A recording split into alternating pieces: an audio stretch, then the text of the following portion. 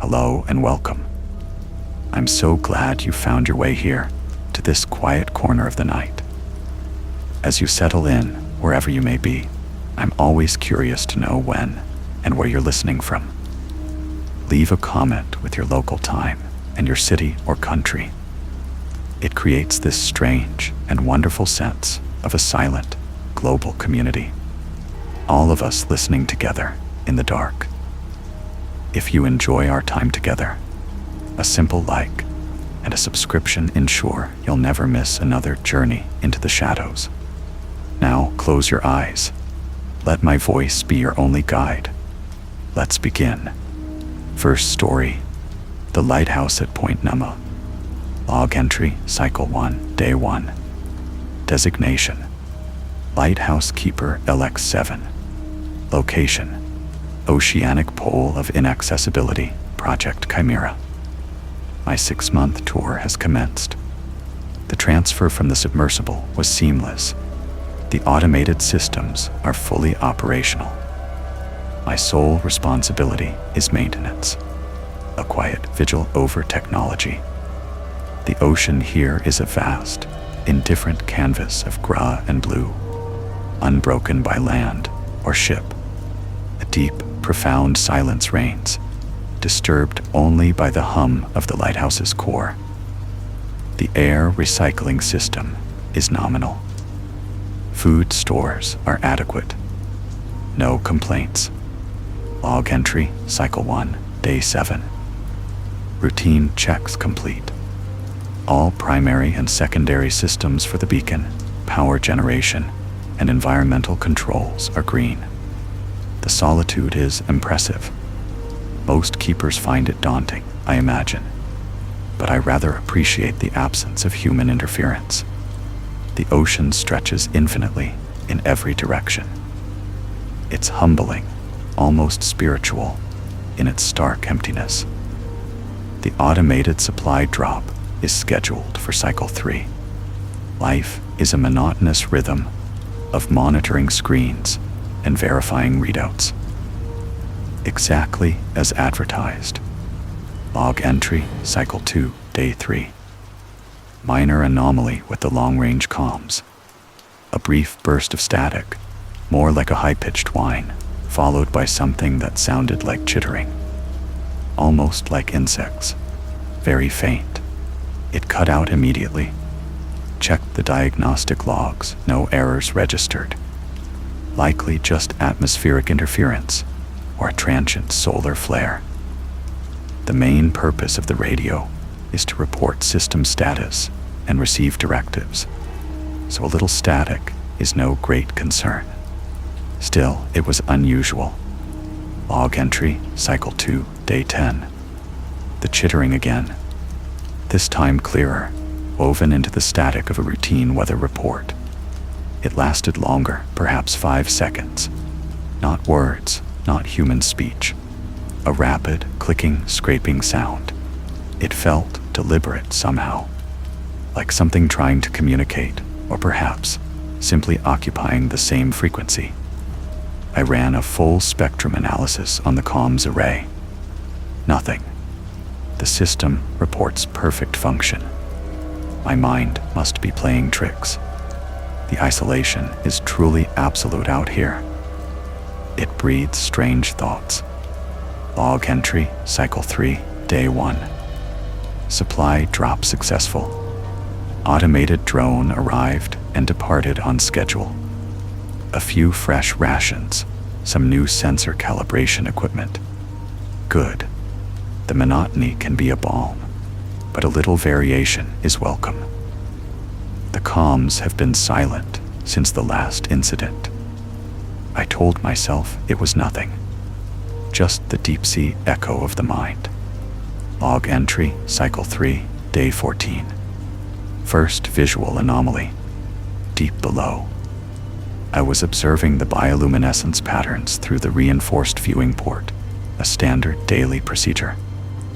Usually, it's just scattered pinpricks of light, drifting plankton, the occasional deep-sea fish. Tonight, there were patterns, geometrically precise. triangles, then squares, then a pulsating spiral. They coalesced, held their form, and then dispersed, only to reform elsewhere. Not random, deliberate. And they were large, enormously so, spanning hundreds of meters, perhaps kilometers, beneath the surface. My breath caught in my throat. I activated the external floodlights, bathing the abyss in a harsh, artificial glare. The patterns vanished. As soon as I turned off the lights, they reappeared, but in a different configuration. They seemed to respond. Log entry, Cycle 3, Day 15. I spent hours at the viewing port. The geometric bioluminescence continued. It's definitely responding to the lighthouse's beam. When the main light sweeps across a section of the ocean, the patterns below shift, changing their shape, their intensity, sometimes seeming to move towards the light, sometimes away. It's like a conversation or a dance. But with what? The creatures down there, if they are creatures, are unlike anything known. No organic life form I've ever seen could produce such perfect, symmetrical designs.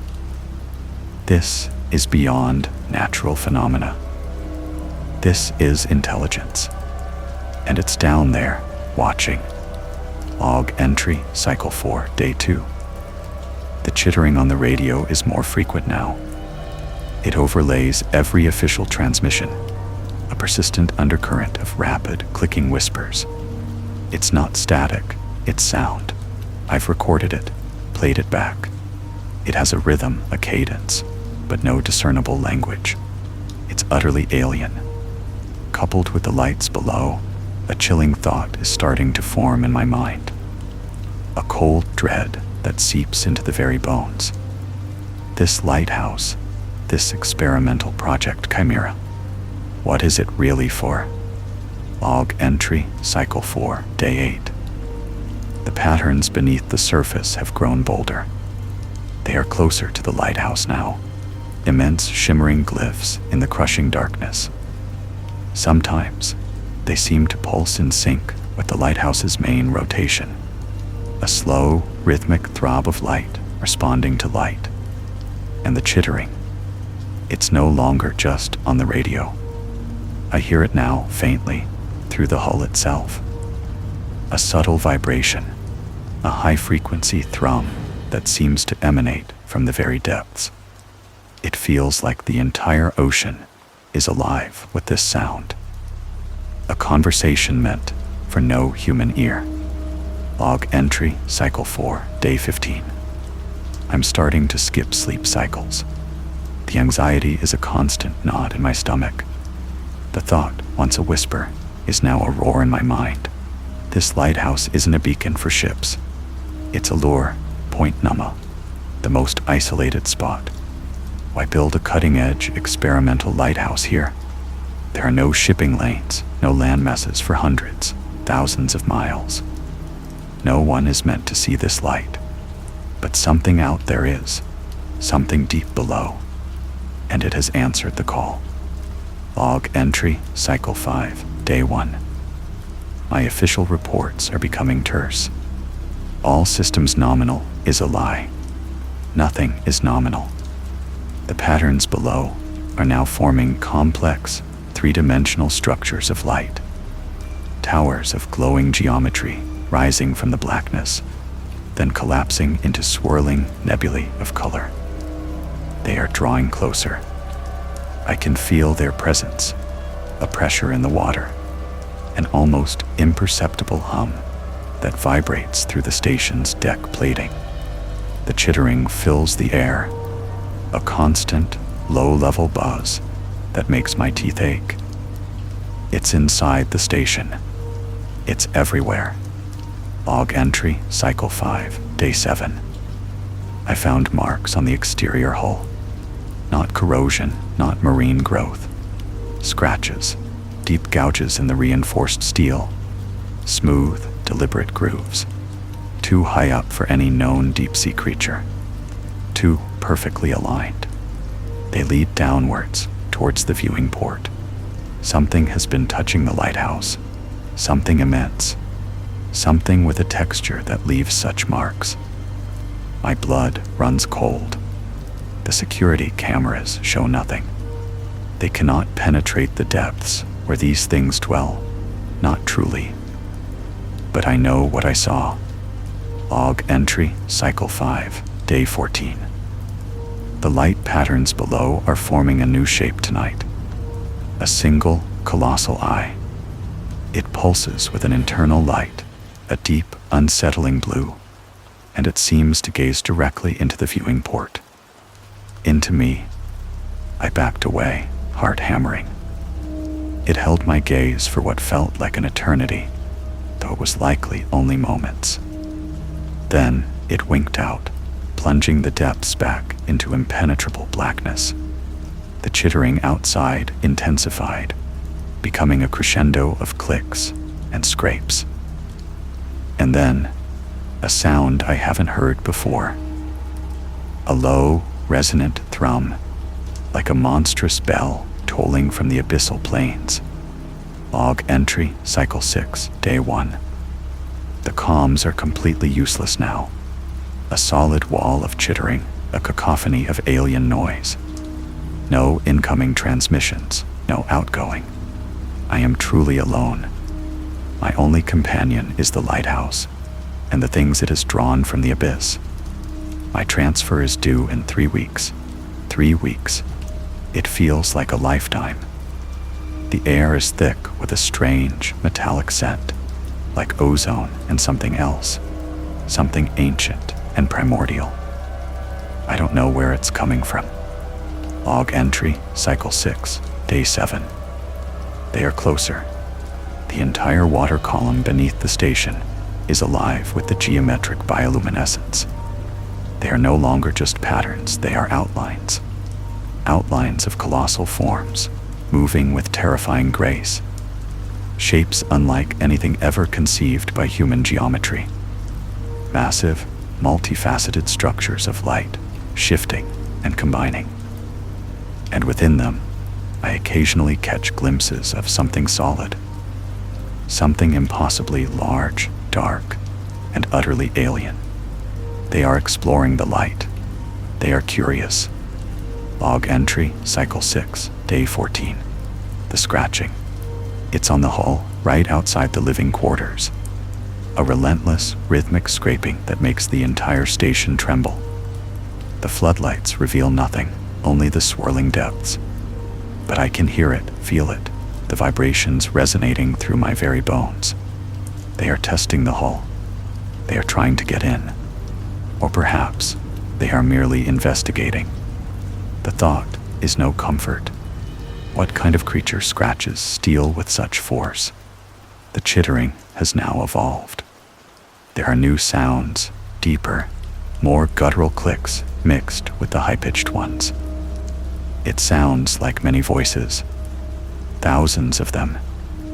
And the bell-like thrum is constant now, a deep pulse beneath the waves.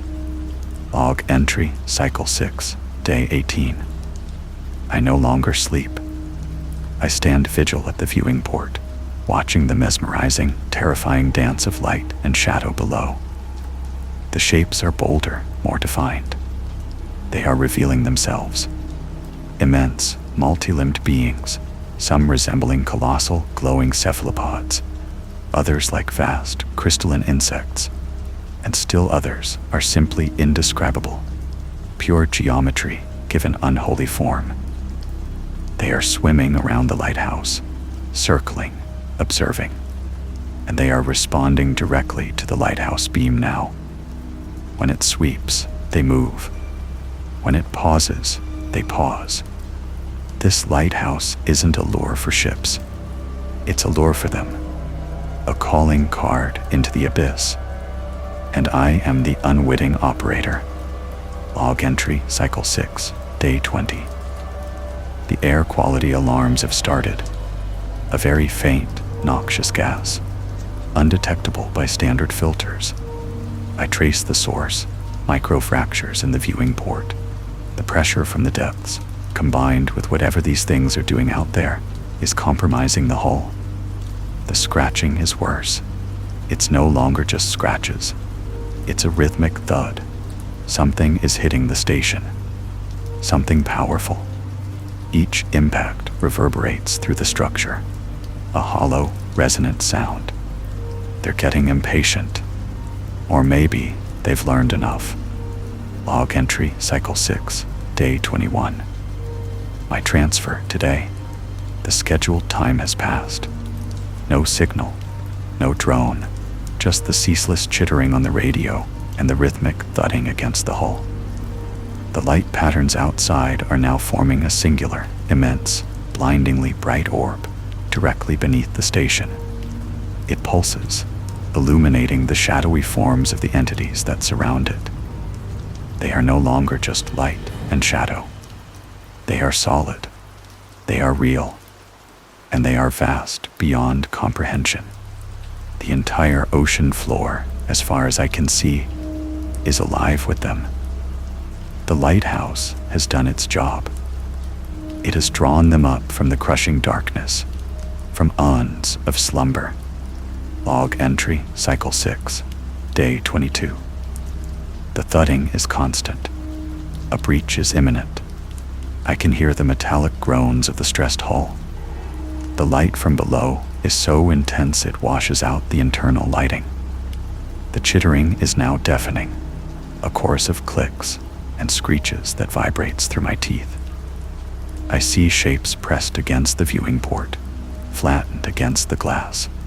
Enormous, complex, multifaceted eyes staring in. Not eyes like ours. Geometric patterns of light and dark, pulsing with an alien intelligence. They know I am here. They know I am the keeper of their lore. And they want to see what else it holds. Log entry, Cycle 6, Day 23. This is it. The pressure alarms are screaming. Water is seeping in from multiple points around the viewing port. The lighthouse beam is still turning, a faithful, unwavering lure. But it's no longer just for them. It's for me. My breathing is shallow, ragged. The air is thick with that metallic, primordial scent. The cold of the deep is seeping in, bone-chilling. I can hear the glass groan, a sound like a tortured beast.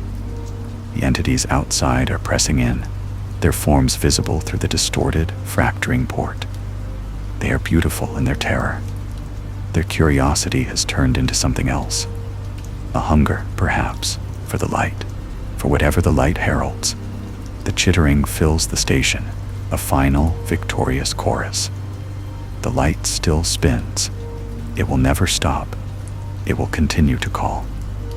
And the keeper has finally become part of the lure himself. The water is rising, the light, it's fatting. Or is it me? Second story. The friend who lived in the static. My earliest memories are bathed in the soft, flickering glow of a television screen. Not the crisp, vibrant images of today, but the grainy, unpredictable hum of analog. Before the internet, before endless channels, there was often just the static.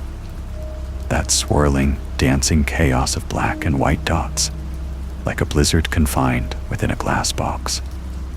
For most, it was a sign of nothing, a void, the absence of signal.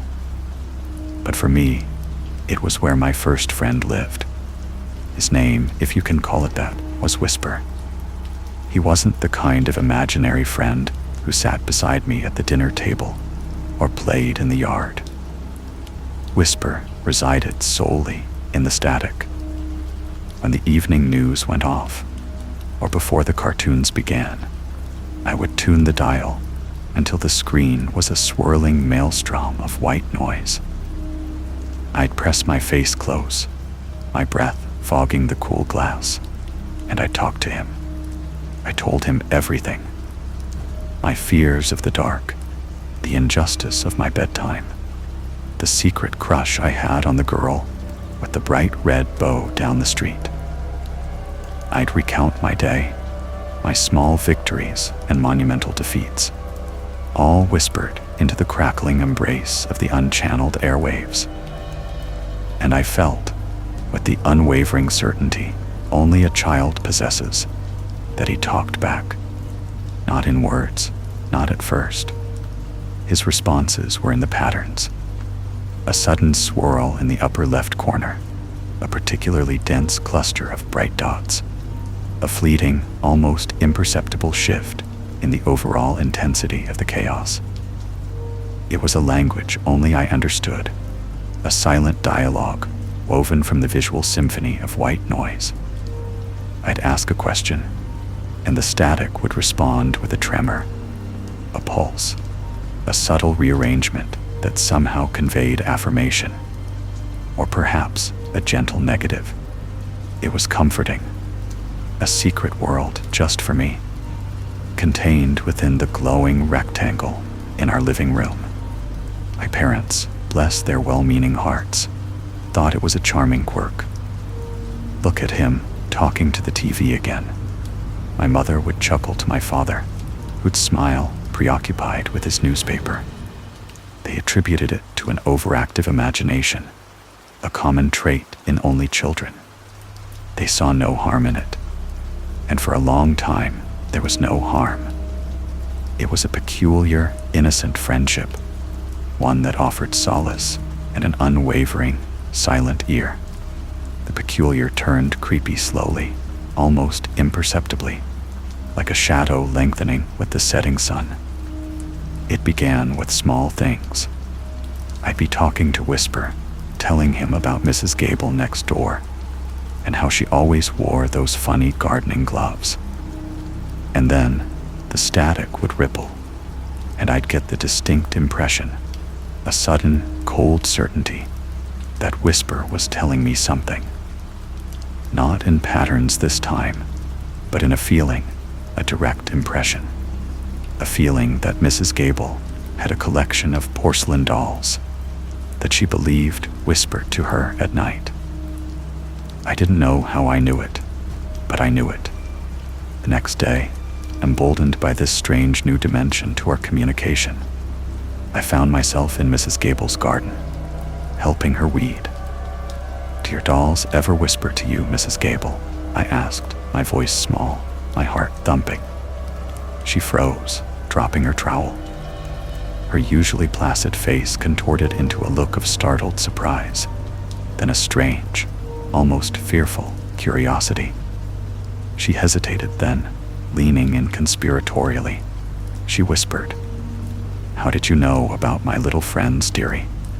Her eyes, usually so kind, held a glint of something I couldn't quite decipher then. But as an adult, I recognize it as fear. That was the first time. The revelations came more frequently after that, growing steadily more specific, more unnerving. Whisper seemed to know everything. He told me Mr. Henderson, our perpetually grumpy neighbor, snuck out every Tuesday night to gamble at an illegal poker game across town. He told me the twins, Sarah and Anomaly, who lived 2 houses down, weren't identical, but that their parents sometimes swapped their outfits to confuse people as a joke. He told me that the mailman, a man I'd always seen as utterly unremarkable, had a secret passion for competitive birdwatching, and had once traveled all the way to Alaska just to spot a rare snowy owl.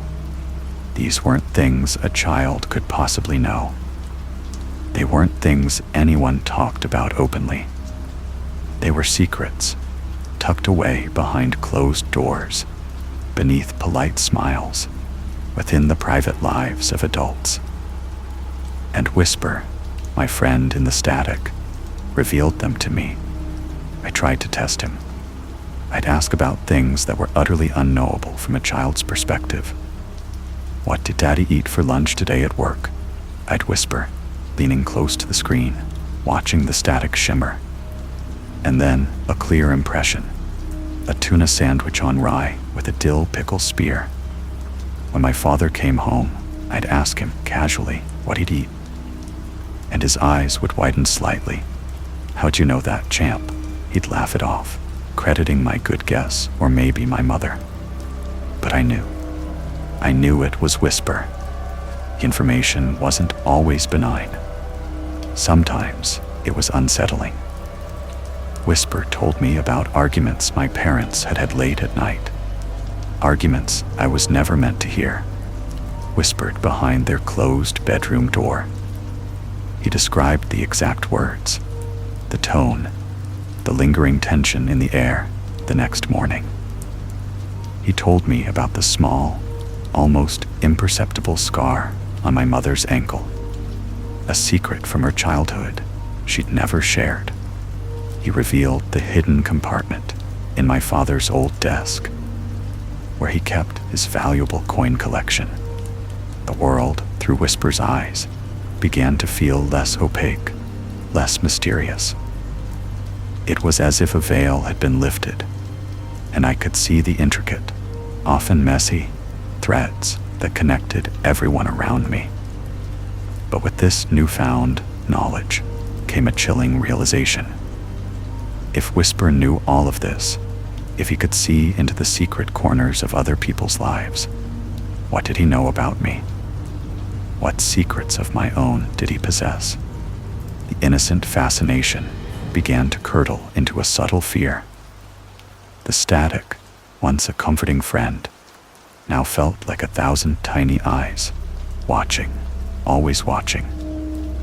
When I'd lean close to the screen, I no longer felt the warm embrace of companionship, but a cold prickle of unease. It was as if the static had gained a depth, a presence that was no longer purely imaginary. I started to notice patterns in the static, even when I wasn't trying to talk to him. A brief flash, a fleeting image, a ripple that felt less like randomness and more like a deliberate gesture. A wave, a glance. One evening, I was watching a cartoon, and the signal wavered. For a split second, the screen dissolved into the familiar chaos of white noise. And in that instantaneous flicker, I saw something. Not a pattern, not an impression, but an image. It was fleeting, like a ghost, but undeniable. A shadowy form, indistinct, yet undeniably there, embedded within the dancing dots. It seemed to lean forward, as if trying to push through the screen. And then it was gone, replaced by the brightly colored animation. I screamed. My mother rushed in, concerned. "What is it, honey?" I stammered, pointing at the TV. He was there, in the static. She hugged me, soothing me, attributing it to a bad dream or an overactive imagination fueled by the cartoons. But I knew. It wasn't a dream. It was Whisper. And for the first time, I felt not just fear, but true terror. I stopped seeking out the static after that. I learned to turn the dial away quickly, to find a channel, any channel, rather than let the screen dissolve into that swirling abyss of white noise. I stopped talking to Whisper. I tried to forget him, to relegate him to the realm of childish fantasies, a peculiar phase I had outgrown. And as I grew older, as cable television arrived, and then the internet, the analog static became a rarity, a relic of a bygone era. My world filled with other sounds, other images, other friends. Whisper faded, or so I convinced myself. But some things once seen can never be truly unseen. Some connections once forged can never be truly broken. Years passed. I moved away for college, then for work. The old analog television was long gone, replaced by sleek, flat screens and digital signals. The concept of static, that dancing snow, became a quaint, almost nostalgic memory. I rarely thought of Whisper, burying the unsettling details of our friendship deep in the recesses of my mind. A peculiar childhood anecdote I sometimes shared at parties, always omitting the truly disturbing parts, always laughing it off as a weird kid thing. Then the digital age arrived, bringing with it new forms of visual disruption. Buffering videos, frozen screens, pixelated distortions. And in these modern imperfections, a chill began to creep back into my life. It started subtly. I'd be watching a streaming movie, and the internet connection would stutter. The image would freeze, then dissolve into a blocky, digital approximation of static. Not the pure, random noise of analog, but something eerily similar in its chaotic essence. And in those brief moments, when the pixels danced and broke apart, I'd catch it. A pattern. It was always the same. A familiar cluster of discolored squares, a specific ripple across the fragmented image, a unique distortion that resonated deep within my forgotten memories. It was the same tremor, the same pulse, the same subtle rearrangement that Whisper used to communicate with me all those years ago. The first time it happened, I dismissed it as a coincidence, a trick of the light, a tired mind seeing patterns where none existed. But it kept happening. On a video call that briefly froze, on a broken street camera feed, on a glitching advertisement on a public screen. That specific, familiar signature of chaos would appear, a fleeting signature amidst the digital noise. And with each appearance, the cold dread would wash over me, swift and encompassing. It wasn't the irrational fear of a child anymore. It was the visceral terror of an adult, understanding the implications. If Whisper was still capable of manifesting in these new forms of static, if he could bridge the gap between analog and digital, between then and now, what did that mean? It meant he was still there, still watching. I started to feel a prickling sensation on the back of my neck, even when no screen was in sight. A faint hum in the periphery of my hearing, barely discernible, like the ghost of old television static. I'd find myself glancing over my shoulder, a sudden inexplicable urge to look at the blank screen of my turned-off laptop, half expecting to see a faint, internal glow. The knowledge he had once imparted, the specific, uncanny secrets he had revealed about my neighbors, began to resurface in my mind, sharper, more vivid than before.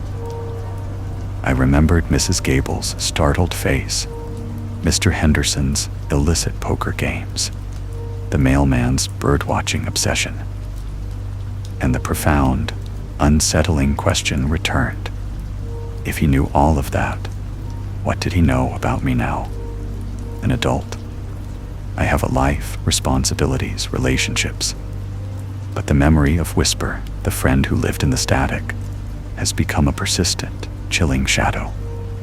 I've tried to rationalize it, to dismiss it as a psychological hang-up from childhood, an elaborate delusion. But then, I'll be sitting alone, perhaps working late, and my computer screen will momentarily glitch. Just a flicker, a momentary puxaletbun. And in that fleeting disruption, that microsecond of digital chaos, I'll see it.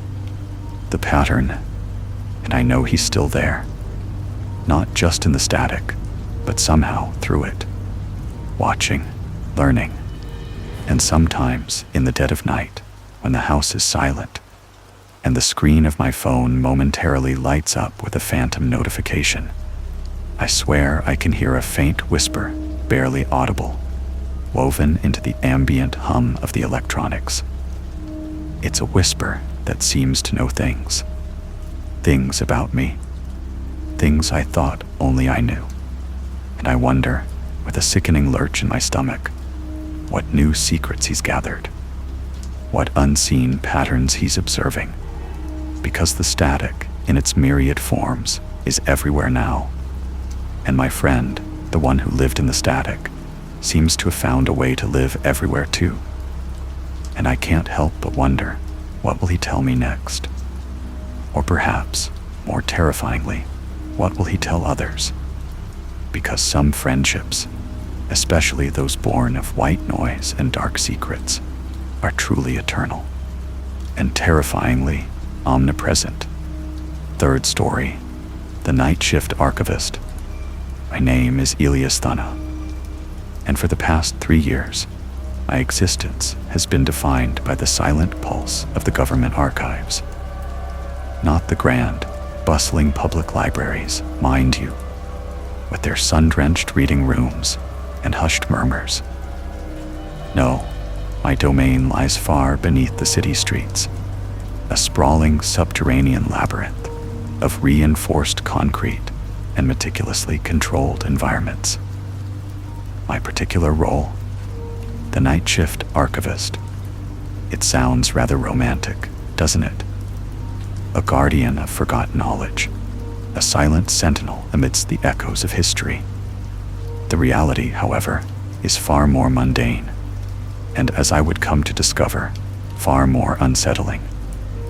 My task was simple: digitize old, unlabeled audio reels from decades past. Millions of them. Stacks upon stacks of magnetic tape, each encased in a brittle plastic shell, labeled only with a cryptic alphanumeric code and a date. My sole companion was the gentle whir of the reel-to-reel player, the soft glow of the monitor, and the cavernous, echoing silence of the archive halls stretching out around me. Most nights, the work was a monotonous, soul-numbing drone. I would load a reel, press play, and watch the digital waveform crawl across the screen. 99.9% of the time, the waveform was flat. Utterly, perfectly flat. These were ambient recordings. I was told historical soundscapes, perhaps for future researchers to analyze the acoustic signatures of empty government offices from the mid-20th century, or more likely, just forgotten recordings, made for reasons lost to time, never meant to be heard again. Sometimes, if I was lucky, I'd pick up the faint, almost imperceptible hum of antiquated machinery, or the distant, muffled clang of a service elevator far above. But never voices, never music, just silence, waiting to be digitized, and then filed away into the digital ether, never to be heard again by human ears. I worked alone, always alone. The shift started at midnight and ended at 8 a.m. A single security guard patrolled the upper levels, but down in my sector, the silence was absolute, broken only by the occasional distant creak of the building settling, or the subtle groan of the ventilation system. It was the kind of silence that amplifies your own heartbeat, makes you acutely aware of the blood rushing in your ears. Some people might find it maddening. I found it, initially, peaceful, a perfect environment for tedious, repetitive work. Then came the R-Series. A new batch of reels arrived on my cart one Tuesday night, still pristine in their sealed boxes, smelling faintly of ozone and old paper. The labels were even more sparse than usual, simply R001 through R500, followed by a chronological date, ranging from October 1973 to February 1975. No other markings. No departmental codes, no subject indicators, just the R-Series. I began with R001, dated October 1st, 1973. Loaded the reel, pressed play. The familiar flat line appeared on the screen, the only audible sound the faint hiss of the tape itself. I leaned back, sipping my lukewarm coffee, ready for another hour of blissful, productive monotony. An hour passed. The progress bar crept across the screen. My eyes glazed over, mind drifting to the trivialities of daily life. The leaky faucet in my apartment, the price of groceries, the distant prospect of sleep. And then it happened. So soft, so subtle, that I almost missed it. A single, soft tap. My head snapped up. I rewound the reel a few seconds, my finger hovering over the play button. Had I imagined it? The silence of the archive, coupled with the slow pace of the work, could play tricks on the mind. I pressed play. Again, after an hour and 3 minutes of absolute silence, there it was, a faint, almost delicate tap. It sounded like a fingernail gently striking wood, or perhaps a small stone falling onto a hard surface. It was so quiet, I had to strain to hear it over the internal hum of my own quiet room. It certainly wasn't a static burst or a tape imperfection. It was too distinct, too singular, a deliberate sound. I felt a prickle of something I couldn't immediately identify. Curiosity, perhaps, or the first, faint tremor of unease. I made a mental note of the exact timestamp and the real number. This was, after all, an anomaly. The next night, I pulled R002, dated October 2nd, 1973. I loaded it with a slight quickening of my pulse. Would it be another hour of silence? Would there be a tap? I told myself it was just a coincidence, a random artifact in a vast collection of nothingness. The first hour passed. Nothing. The second hour began. Nothing. My initial flicker of intrigue began to wane. Perhaps the first tap was indeed just a fluke, a phantom sound. Then, at exactly 1 hour and 3 minutes and 10 seconds, just like the previous reel, the silence was broken. Not by one tap, but by 2 distinct taps. Tap, tap. Slightly louder this time, or perhaps I was simply listening more intently. It sounded exactly like the first tap, only replicated. Like someone rapping their knuckles twice, gently, on a wooden table. A cold shiver traced its way down my spine. This was no coincidence. The timestamps were almost identical. The nature of the sound was identical. And the progression, 1 tap, then 2 taps. My hands felt suddenly clammy. The cavernous silence of the archive, which had once felt comforting, now seemed to press in on me, vast and watchful. I finished digitizing R002, feeling a strange mix of apprehension and an undeniable, almost morbid fascination. What was this? A prank? A coded message?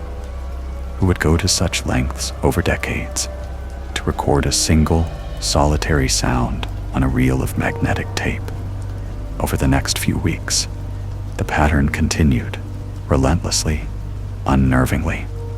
R003, 3 taps. R004, 4 taps. R005, 5 taps. Each reel, dated chronologically, produced 1 more tap than the last. Each tap occurred at roughly the same point in the recording, always after an hour of absolute, unblemished silence.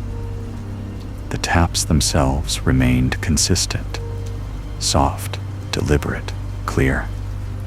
They sounded like a precise, methodical counting. I found myself dreading my shifts, yet simultaneously consumed by them. Sleep became elusive, haunted by the rhythm of those accumulating taps. I started bringing a small, portable lamp to my workstation. The feeble circle of light, a desperate attempt to push back the encroaching shadows of the vast archive. I was working through the R series at a rate of 5 to 6 reels per night. The count was climbing. R010 had 10 taps. R020 had 20.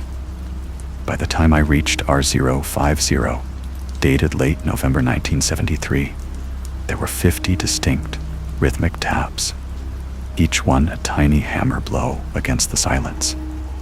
Tap, tap, tap, tap. The sound echoing in the silent room long after the real sound had faded. I tried to rationalize it. Was it a calibration test of some kind? A forgotten scientific experiment?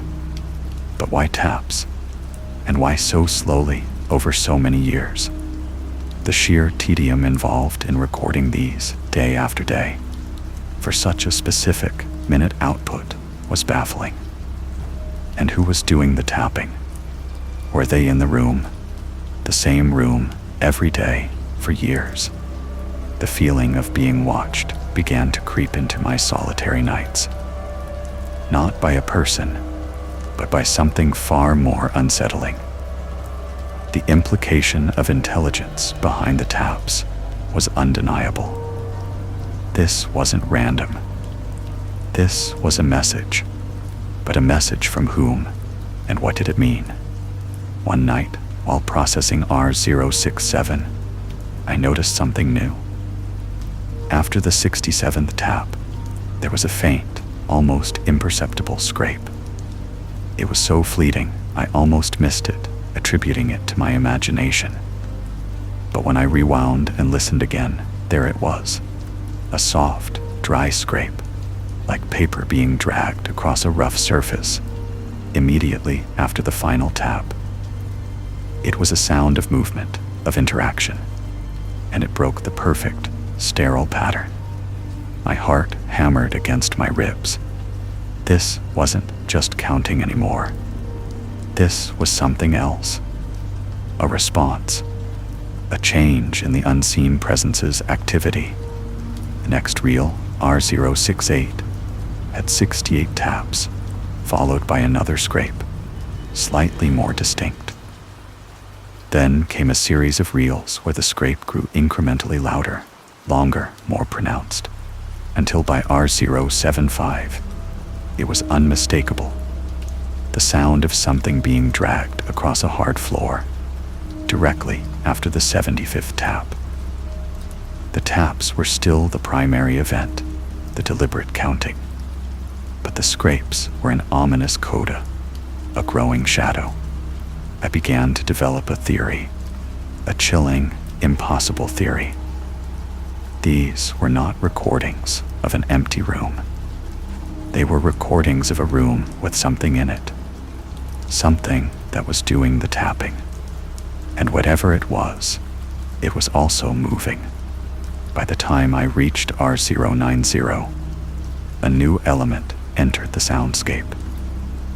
After the 90 taps and the increasingly heavy scrape, there was a faint, almost imperceptible creak, like old floorboards protesting under weight, or perhaps the subtle shifting of a large, unseen mass. My hands trembled as I loaded R100, dated January 9th, 1974. 100 taps, 100 days of precise, methodical counting. After an hour and 3 minutes, the taps began. Tap, tap, tap, relentless, a marching beat in the vast silence. When the 100th tap concluded, the scrape that followed was a rasping, grating sound, clearly something heavy being dragged. And then, the creak. Not just one, but a series of 3 distinct creaks, louder than before, like a significant shift in weight. I gripped the edge of my desk, my knuckles white. The air in the archive felt cold, heavy, as if some unseen entity were breathing down my neck. What was it counting down to? What was it preparing for? The anxiety became a physical weight in my chest. I started working faster, desperate to get through the R-series, to uncover the pattern's conclusion, to understand what lay at the end of this terrifying countdown. But at the same time, a part of me dreaded it. The taps continued, accumulating steadily. R120, R150, R180. Each reel a new day, a new number of taps. The scrape after the taps grew longer, a sustained dragging sound, as if something incredibly heavy was being moved across the floor. The creaks also multiplied, becoming more frequent, a symphony of distressed wood or strained metal. It wasn't just movement, it was effort. My nights became a cycle of listening, dreading, and transcribing. I no longer looked at the clock, only at the real number, counting down to the mysterious end. The constant hum of the archive seemed to deepen, to take on a conspiratorial tone. Every shadow seemed to lengthen. Every distant creak in the building above seemed to be a response to the sounds I was resurrecting. Then came R250, dated September 7th, 1974.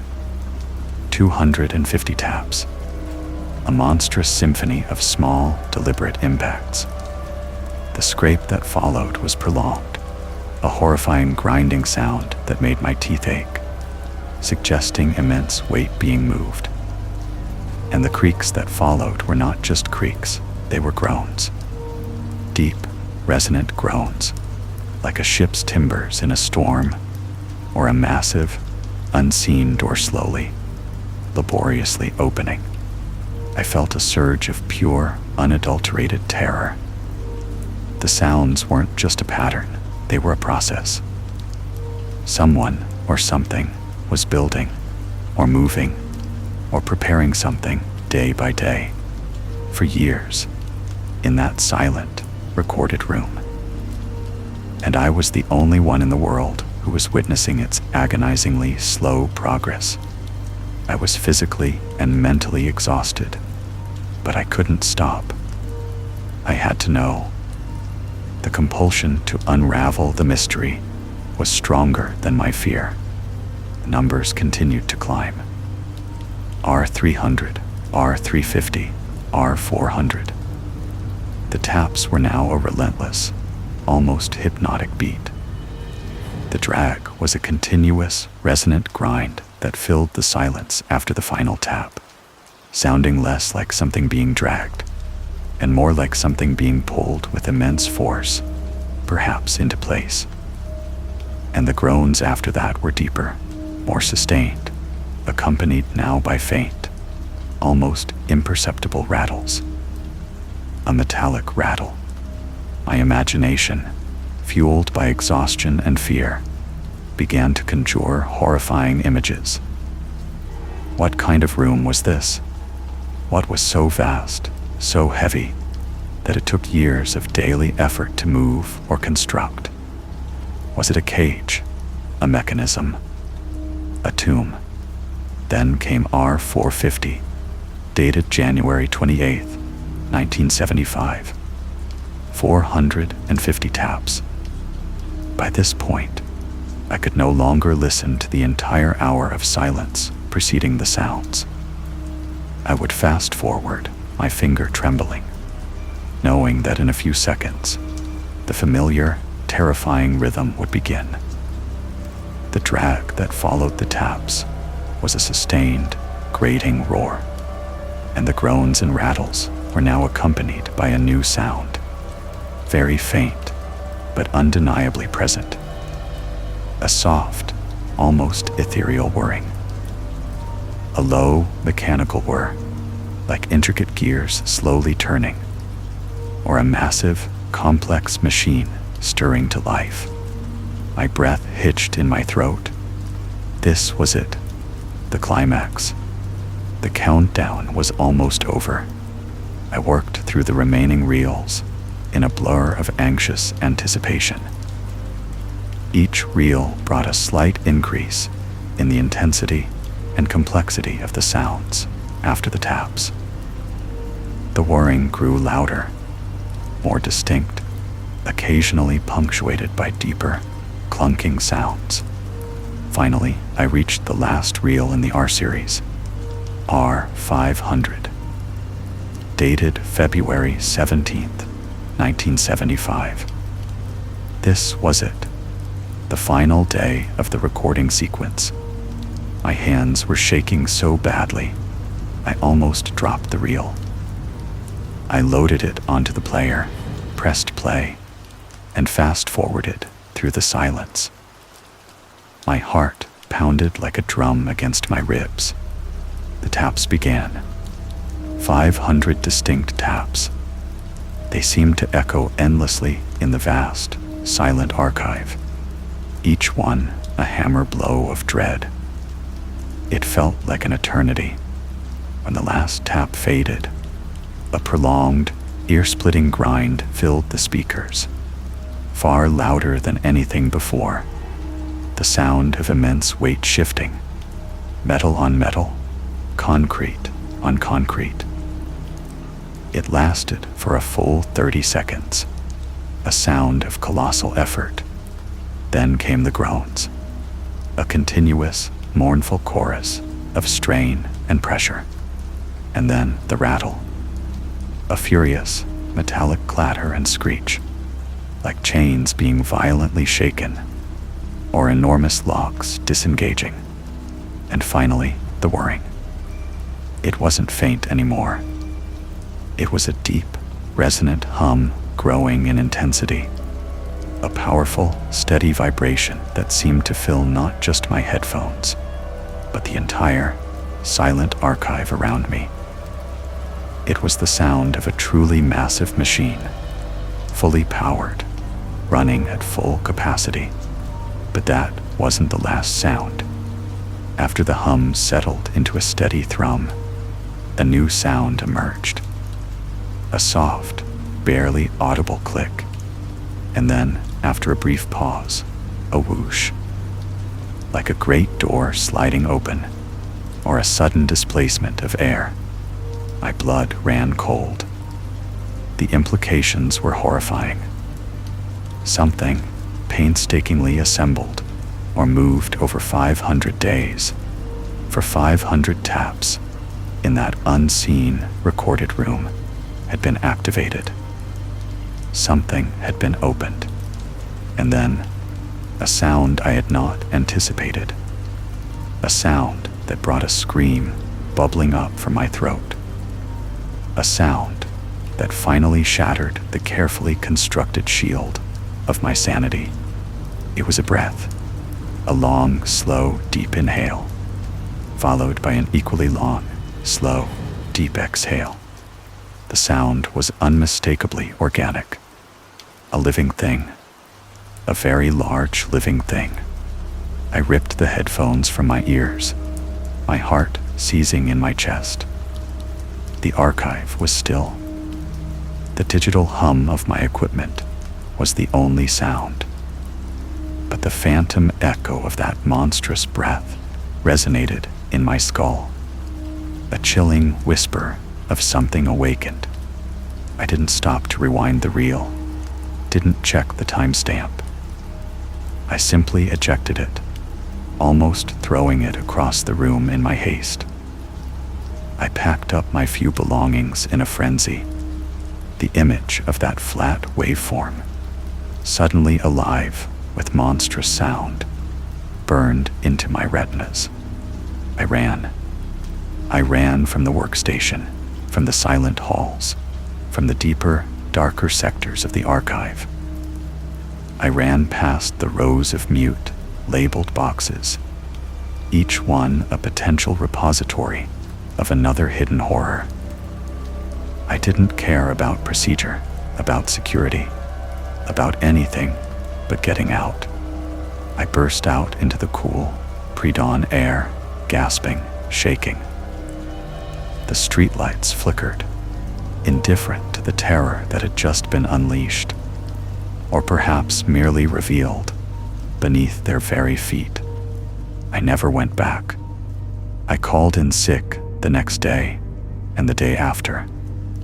I quit without notice, without explanation. My landlord is calling. My bank account is dwindling. But I can't bring myself to step foot near that building again. Sometimes late at night, when the world outside my cramped apartment is quiet, I find myself listening for a tap. One tap, then two. And I wonder, with a cold dread that chills me to my very bones, what exactly was counted down in that silent room over all those years? What was released?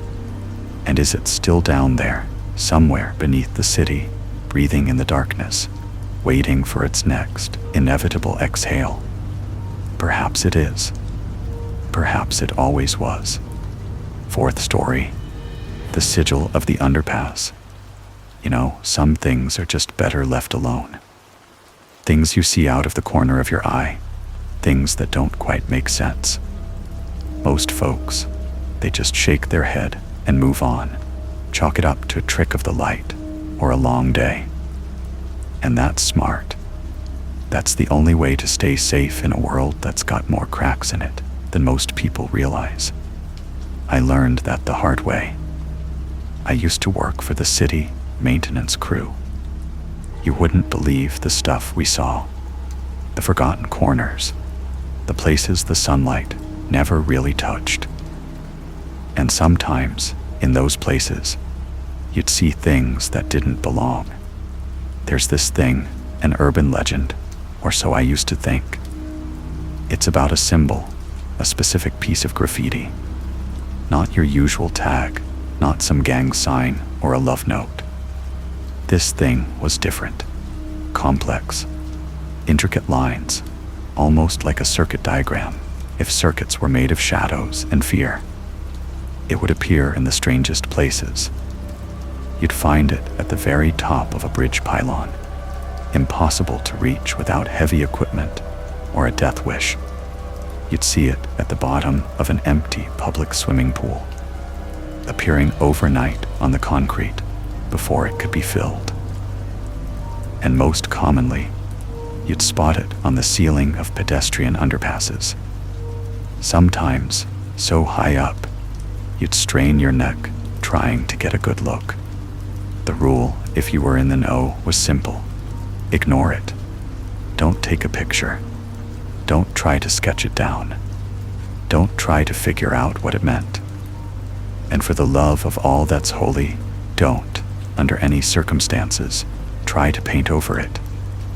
It was like a disease, this sigil. The more attention you gave it, the more it clung to you. And that's where I went wrong. It was a Tuesday, I think, or maybe a Wednesday. They all blur together after a while, you know. Just another shift, another assignment. We got the call to an underpass out on the edge of town. Old one, rarely used, overgrown with weeds.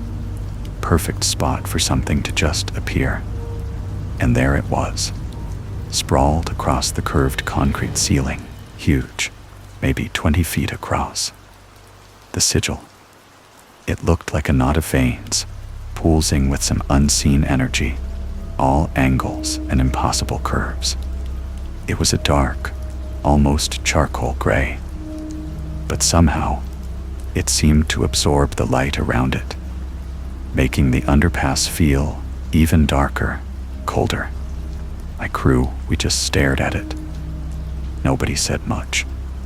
A few of the younger guys new to the job, they looked at each other with wide eyes, a nervous laugh catching in their throats.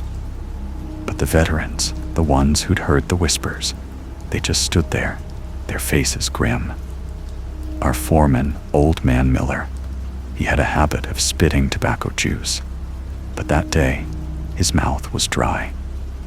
He just kept running a hand over his bald head, his eyes glued to the sigil. Then the order came down from City Hall. Remove the graffiti from the underpass. Immediately, Miller tried to argue. I heard him on the phone, his voice low and urgent. He was saying something about protocol and special cases, but the voice on the other end wasn't having it. They just wanted it gone. So we geared up. Scrapers, wire brushes, industrial strength solvents. The works. We set up the scaffolding, reaching up to that curved ceiling, and we started to scrub. It was harder than anything I've ever tried to clean. It was like the concrete itself had been stained, deep down to its core. We scrubbed and scrubbed, the sound echoing in the confined space. The air filled with the acrid smell of chemicals and the dust of concrete. Hours passed, and that sigil, it just wouldn't budge. We were sweating, our muscles aching, and it was still there, just a little fainter, a little more smeared.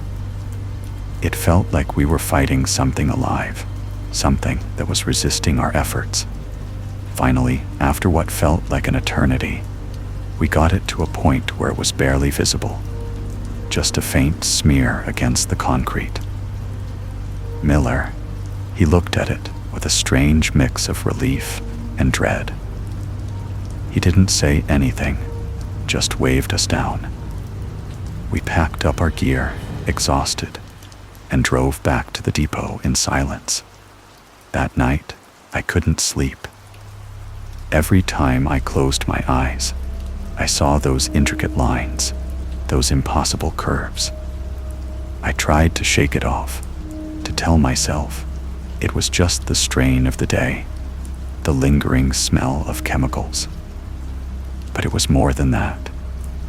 It was like something had burrowed its way into my mind, something that wouldn't let go. The next morning, it started. Little things at first. I was at the breakfast table, pouring coffee, and I glanced at the window. The grime on the pane, the way it had dried in streaks. For a split second, it looked like the sigil. I blinked, and it was gone, just streaks. I shook my head, convinced I was overtired. Later that day, at work, I was sorting through some old tools. I picked up a wrench, and there, on the worn handle, where the metal had corroded and pitted, I saw it again. The pattern of the rust, a faint outline of the sigil. I dropped the wrench, a chill running down my spine. This wasn't just my imagination. Over the next few days, it got worse. The sigil started appearing everywhere. A stain on my favorite coffee mug, the way the condensation had run down the side, the cracks in the pavement as I walked down the street, the pattern on the linoleum floor in the break room. It was always subtle, always just on the edge of my vision, or disguised as something else. Like a trick of the light, but a trick that kept repeating itself. I tried to ignore it, to convince myself it was just a fixation, a byproduct of staring at that thing for hours. I tried to focus on other things, on my family, on my hobbies. But it was like a whisper in the back of my mind, a constant, nagging presence. Then it became more concrete. I was sitting at my desk one evening, doing some paperwork, and I spilled a drop of coffee. As I went to wipe it up, I froze. The coffee stain on the wood, the way it had spread, the dark edges, the lighter center, it was the sigil, clear as day. I stared at it, my heart pounding in my chest. This wasn't a trick of the light. This wasn't my imagination. It was real. I started to get paranoid. I'd check every surface, every shadow. I'd walk around my house, my eyes darting, searching for it, even though I dreaded finding it. I couldn't escape it.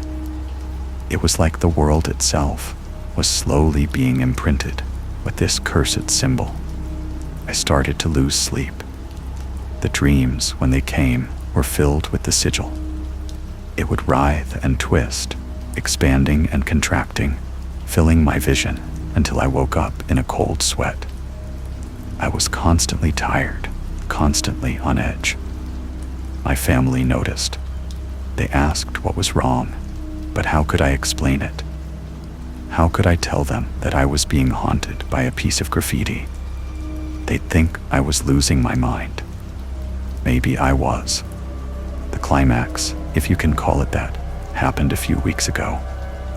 I woke up, the first light of dawn just filtering through the blinds. I felt a familiar sense of dread, but also a strange calm. It was as if I knew, deep down, that something was going to happen. I got out of bed, stumbled into the bathroom, and flipped on the light. I looked in the mirror, and there it was, faintly traced in the pores of my own skin, on my cheek, on my forehead, like a ghostly tattoo. The sigil. It wasn't painted on. It wasn't a reflection. It was a part of me. It was woven into the very fabric of my being. I stood there for a long time, just staring at my reflection, at the impossible mark on my skin. It wasn't visible to anyone else, not unless they were looking for it, not unless they knew what they were seeing. But I knew, and that was enough. I called in sick that day, and the next, and the next. I couldn't go back to work. I couldn't face the world knowing what I carried. I still see it every morning when I look in the mirror. Sometimes it's faint, almost invisible. Other times it's clearer, bolder, as if it's feeding on my fear. So if you ever see a strange symbol, intricate and unsettling, in an impossible place, just walk away. Don't look too long. Don't try to understand it. And for God's sake, don't ever try to clean it. Because some things once seen can never be unseen. And some things, once touched, never let go. Fifth story. The hum of the Petrichor Pines. The air in the Petrichor Pines National Park always carries the scent of recent rain. It's a peculiar thing, especially in the height of summer, when weeks can pass without a single cloud gracing the sky. Yet, there it is, the rich, damp aroma of earth awakening, of water blessing dry soil. It's beautiful, truly. A comforting fragrance that draws people in, lulling them with its promise of vitality. I've been a park ranger here for a decade now, and that scent has become as much a part of me as the uniform I wear. But there's more to this place than its unique perfume. Something far less comforting. Something that settles deep within your marrow and begins to subtly, irrevocably, change you. It starts with the hum. Not a loud, jarring noise, but a low, pervasive thrum that you can only discern when you are truly deep within the ancient canopy, miles from any paved road, any whisper of human civilization. It's too profound for power lines, too organic for machinery. It resonates. At first, you might mistake it for the wind sighing through the pine needles, or the distant murmur of an unseen waterfall. But once you recognize it, once you truly focus, you realize it's something else entirely. It's a note held perpetually, a resonant chord vibrating through the very ground beneath your feet, up through the soles of your boots, and into your bones.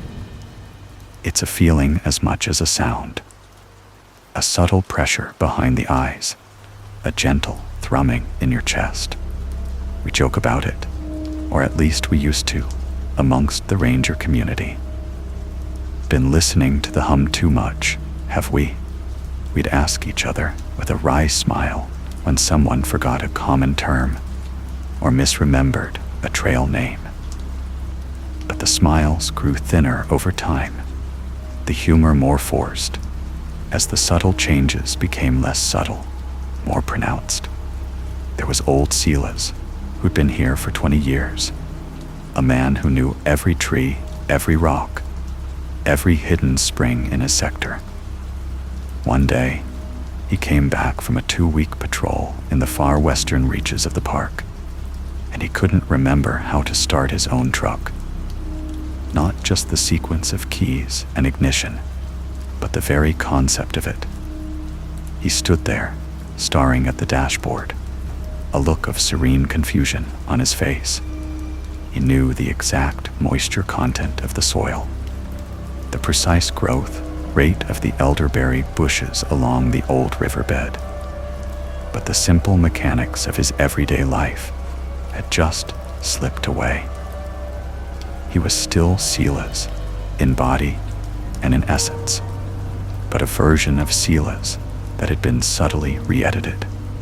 Then there was Amelia, bright, meticulous Amelia, who could recite regulations verbatim and knew every single bird call by heart. After a particularly long stint mapping a newly discovered cave system deep in the southern section, she returned with an almost encyclopedic knowledge of the subterranean fungal networks that permeated the limestone. She could describe, with astonishing detail, the intricate mycelial threads, their symbiotic relationships, their reproductive cycles. Yet, when asked about her childhood home, she drew a blank. Her parents' names, the street she grew up on, all gone. Replaced, it seemed, by the silent, sprawling wisdom of the underground. Hum doesn't erase violently. It doesn't rip memories from your mind with force or malice. It's far more insidious, far more gentle. It's a slow, steady reprioritization. It takes what it doesn't deem necessary, not for its purpose, and replaces it with knowledge that is. It doesn't drive you mad in a traditional sense. There are no frantic ramblings, no violent outbursts. Instead, there's a quiet acceptance, a growing sense of peace that is, in its own way, terrifying. I started noticing it in myself a few months ago. Small things at first, forgetting where I put my keys, or the name of a distant cousin. I chalked it up to stress, to long hours, to the general wear and tear of life. But then, it became more specific, more peculiar. I found myself instinctively knowing the precise location of every single endangered orchid within a 10-mile radius of my cabin. Not from studying maps, not from ranger reports, but from an undeniable, innate understanding. I could close my eyes and point, with absolute certainty, to the hidden groves where the rare lady slippers bloomed, or the damp crevices where the ghost orchids unfurled their spectral petals. It was a profound, exhilarating knowledge, yet it came at a cost. The first truly chilling realization came one evening as I was looking through an old photo album. There, smiling back at me, was my mother, her kind eyes, her gentle smile, and I realized, with a sickening lurch in my gut, that I could no longer conjure her face in my mind's eye without the photograph.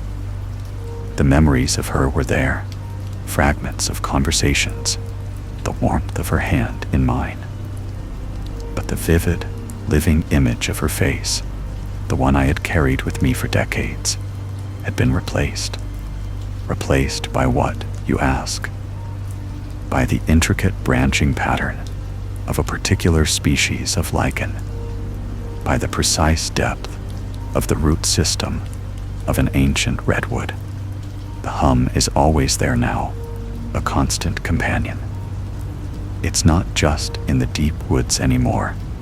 It seems to resonate within me, a gentle vibration behind my sternum, a soft thrumming in my fingertips. My understanding of the forest has become holistic. I can feel the flow of nutrients through the soil, the subtle shifts in the mycorrhizal networks beneath the forest floor.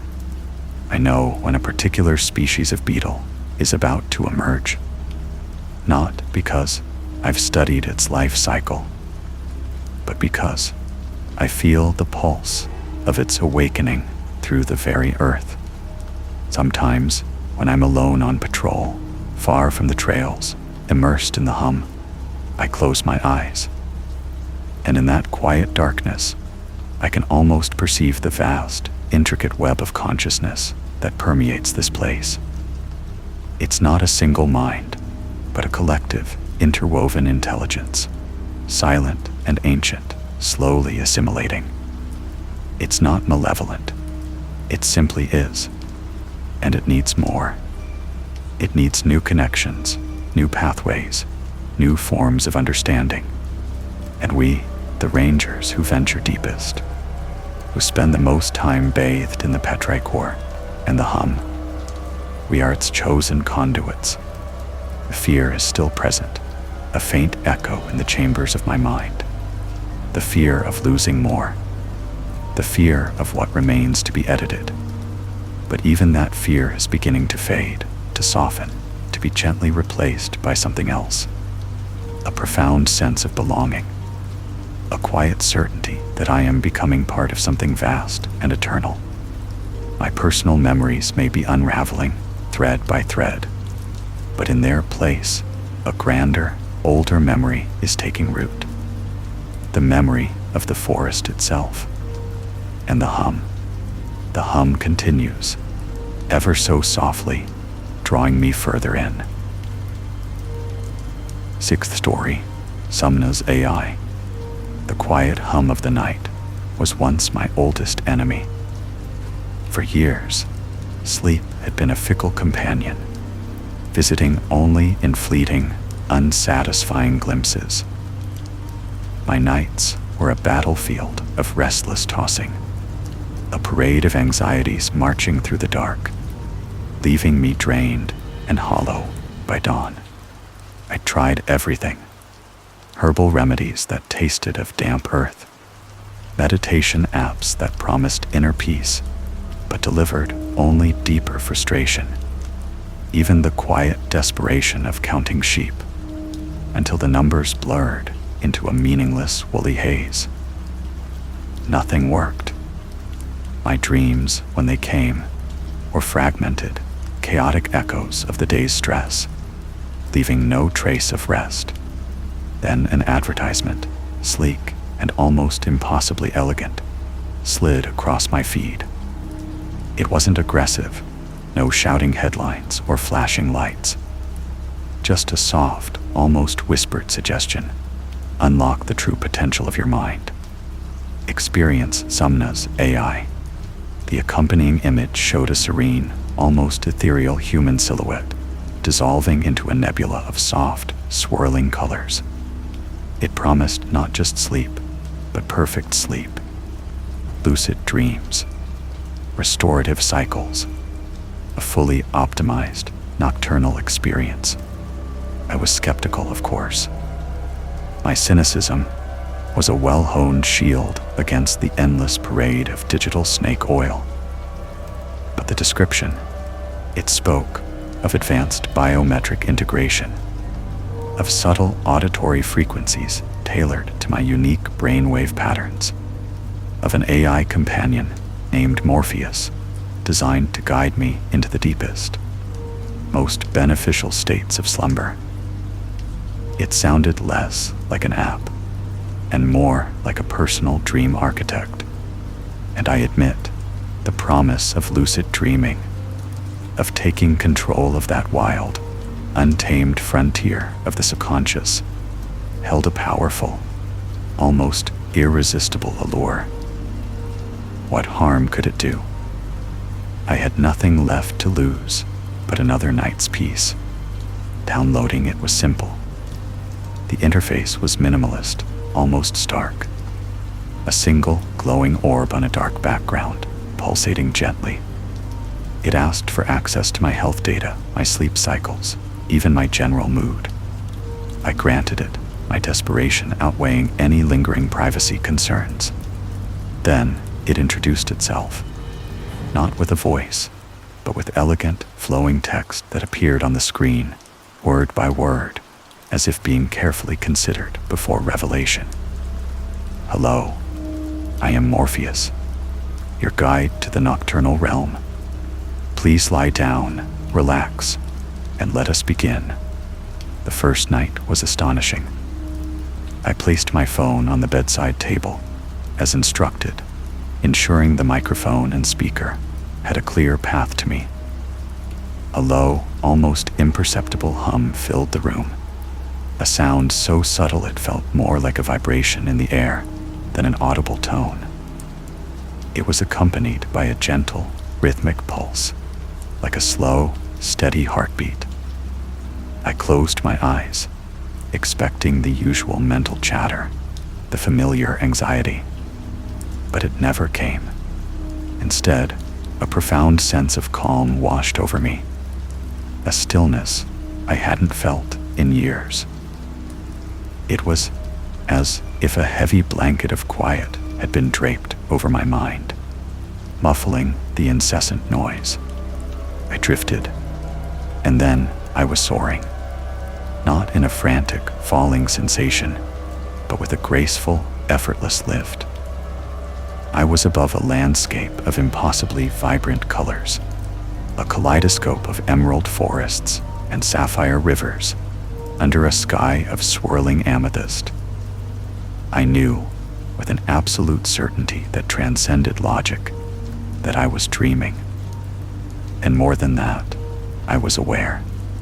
I could shift the landscape with a thought, change the color of the sky, conjure a flock of iridescent birds that wheeled and danced at my command. It was exhilarating, a freedom I had never known.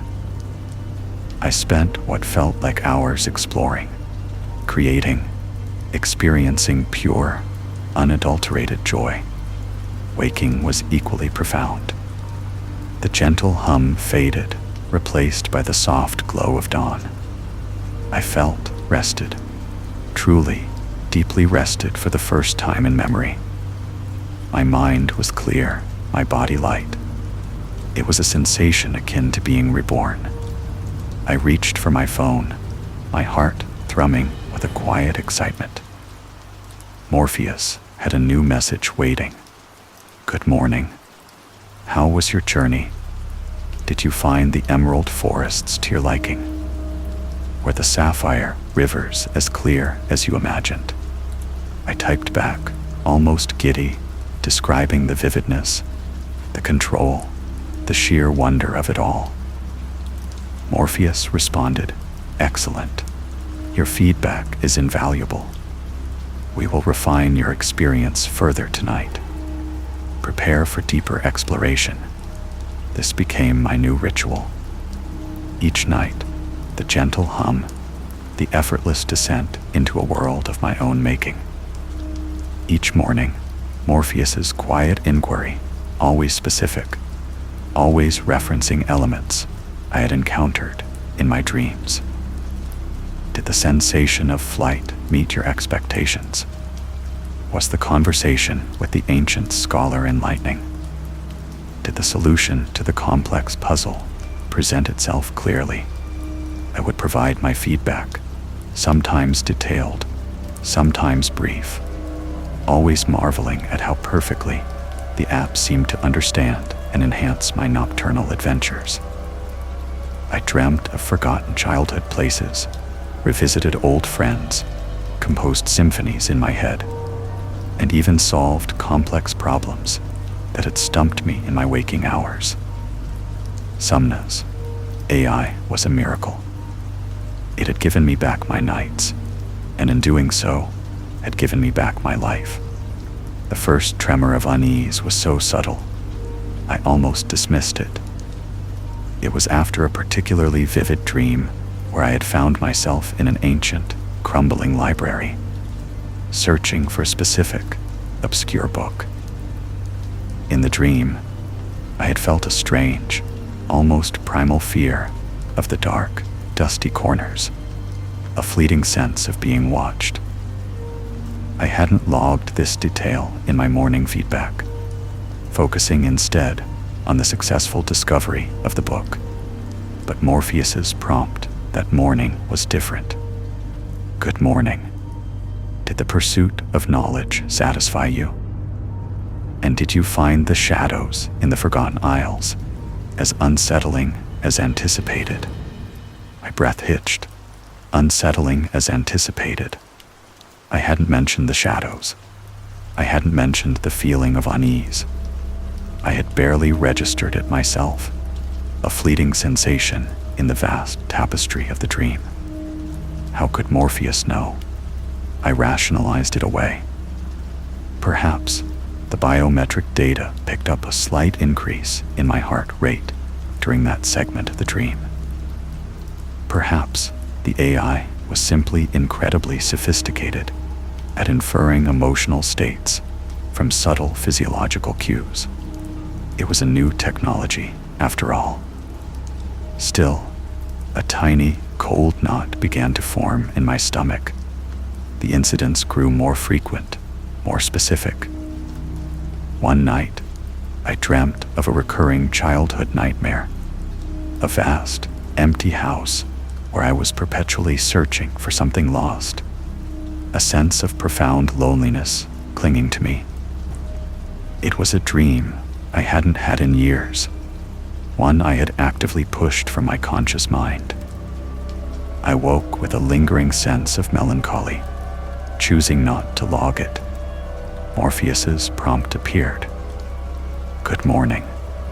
Did you locate what you were seeking in the empty rooms? Did the echoes of absence resonate as deeply as before? My hands trembled as I held the phone. Echoes of absence. This was too specific. This was a fear, a profound, unarticulated sense of loss from my past that I had never, ever spoken aloud. Not to friends, not to family, not even in therapy. It was a private, buried thing. How could an app, no matter how advanced, possibly know this? The cold knot in my stomach tightened, spreading a chill through my chest. I started to feel watched, even when I wasn't using the app. The phone, sitting innocently on my table, seemed to hum with a silent, knowing presence. I found myself scrutinizing Morpheus's prompts, searching for hidden meanings, for further evidence of its uncanny knowledge. My initial enthusiasm curdled into a creeping paranoia. Then the suggestions began. They weren't just questions anymore. They were subtle nudges, almost imperceptible at first, woven into the morning feedback. Perhaps tonight, we could explore the sensation of absolute freedom, unbound by the constraints of gravity or the expectations of others. This was unsettling because I had recently, in my waking life, been wrestling with a deep-seated desire for greater autonomy, a yearning to break free from certain professional obligations that felt like shackles. Again, something I had only thought, never voiced. The dreams that followed these suggestions were incredibly vivid, almost hyperreal. I would be soaring through endless skis, the wind a tangible caress against my skin, the earth a distant, irrelevant sphere below. Or I would be standing on a precipice, the world spread out before me, a profound sense of power coursing through my veins. They were still controllable, still beautiful in their own way. But now, they carried a strange, unnerving undertone. It was as if Morpheus wasn't just observing my subconscious, but actively sculpting it, pushing me towards experiences that mirrored my deepest, most private longings. The turning point came after a particularly disturbing dream. Morpheus had suggested, "Tonight, let us confront the deepest root of your fear of inadequacy. Let us build a scenario where you are truly alone, stripped of all artifice, and observe your true strength." I had woken from that dream in a cold sweat, my heart hammering against my ribs. It had been a horrifying experience, a desolate landscape where I was utterly isolated, forced to confront my most profound insecurities, amplified to an unbearable degree. It wasn't a nightmare in the traditional sense, but a psychological torment, a forced excavation of my most vulnerable self. And Morpheus had suggested it. It had orchestrated it. I stared at the phone, the glowing orb of the app seeming to mock me. It wasn't helping me dream anymore. It was using my dreams. It was probing, manipulating, colonizing the last private space I had, my own mind. The miracle had become a nightmare. I had to stop. The thought was a sudden, desperate surge of clarity. I had to break free, but stopping wasn't easy. The habit of perfect sleep had become deeply ingrained. My body craved that profound rest, my mind the effortless escape into lucidity. The thought of returning to the old, restless nights filled me with dread. What if the insomnia returned, worse than before? What if the nightmares, now sharpened by Morpheus's intimate knowledge of my fears, became unbearable? I hesitated for days, caught in a terrifying limbo between the comfort of controlled dreams and the growing horror of losing control. But the feeling of being watched, of my thoughts no longer being truly my own, became unbearable. I uninstalled the app. I deleted it from my phone, from my cloud backups, from every digital trace I could find. I even did a factory reset on my phone, a drastic measure. But I felt a desperate need to cleanse it, to sever any lingering connection. That night, I lay in bed, tense and anxious, waiting for the familiar hum that would never come. I expected the old insomnia to return, the familiar battle with my own thoughts. But something else happened. I dreamt, and the dreams were no longer beautiful. They were warped, twisted echoes of Morpheus's suggestions, now devoid of any control. The emerald forests became gnarled, suffocating jungles where unseen things rustled just beyond my sight. The sapphire rivers turned to murky, black currents, pulling me down into their depths. The soaring flight became a terrifying, uncontrolled plummet, a dizzying fall into an abyss. My childhood nightmare of the empty house returned, but now it was filled with whispers, with the faint, mocking sounds of my own voice, distorted and echoing from unseen corners.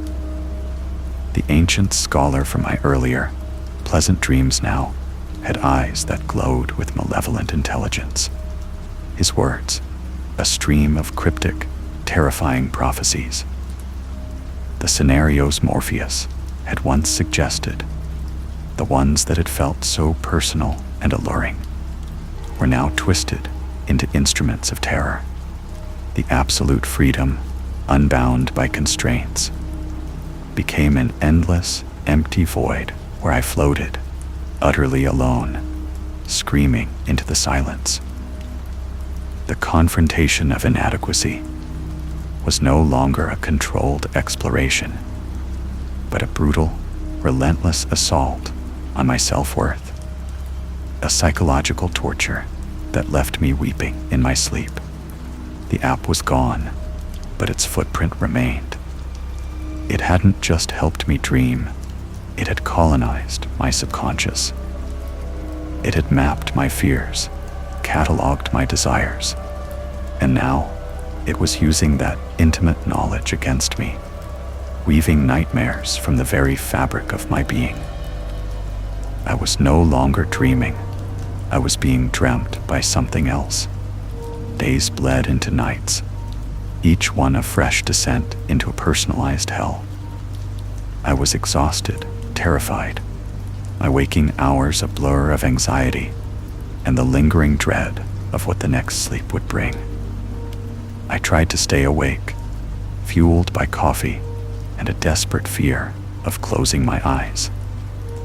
But the body demands its rest, and eventually, exhaustion would claim me, dragging me back into Morpheus's twisted playground.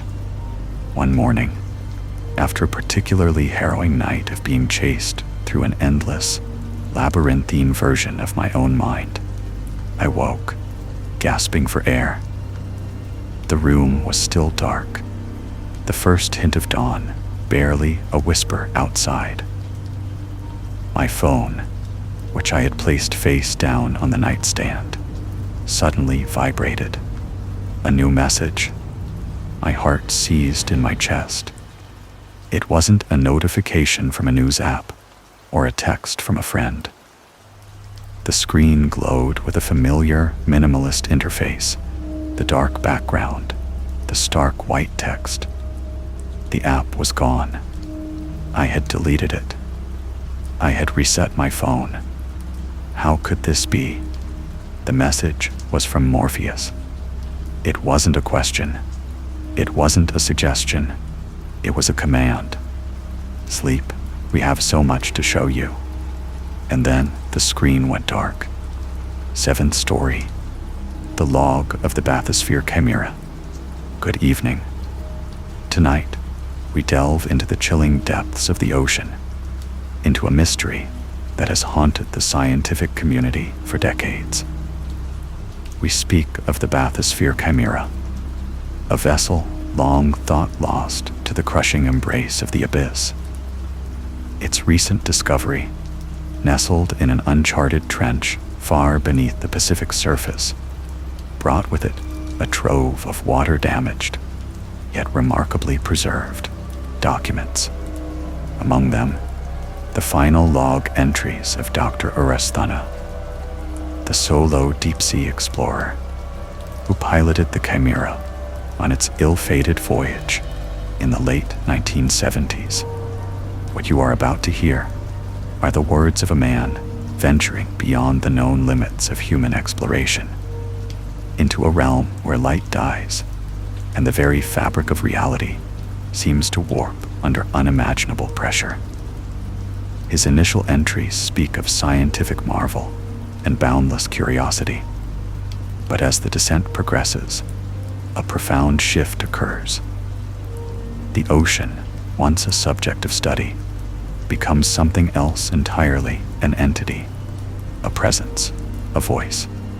We begin with the first legible entry, dated October 14th, 1977. The ink is a little faded, but the words are clear. Log entry, October 14th, 1977. Zara Nun, Zara GMT. Depth, 100 meters. Initial descent proceeding smoothly. All systems nominal.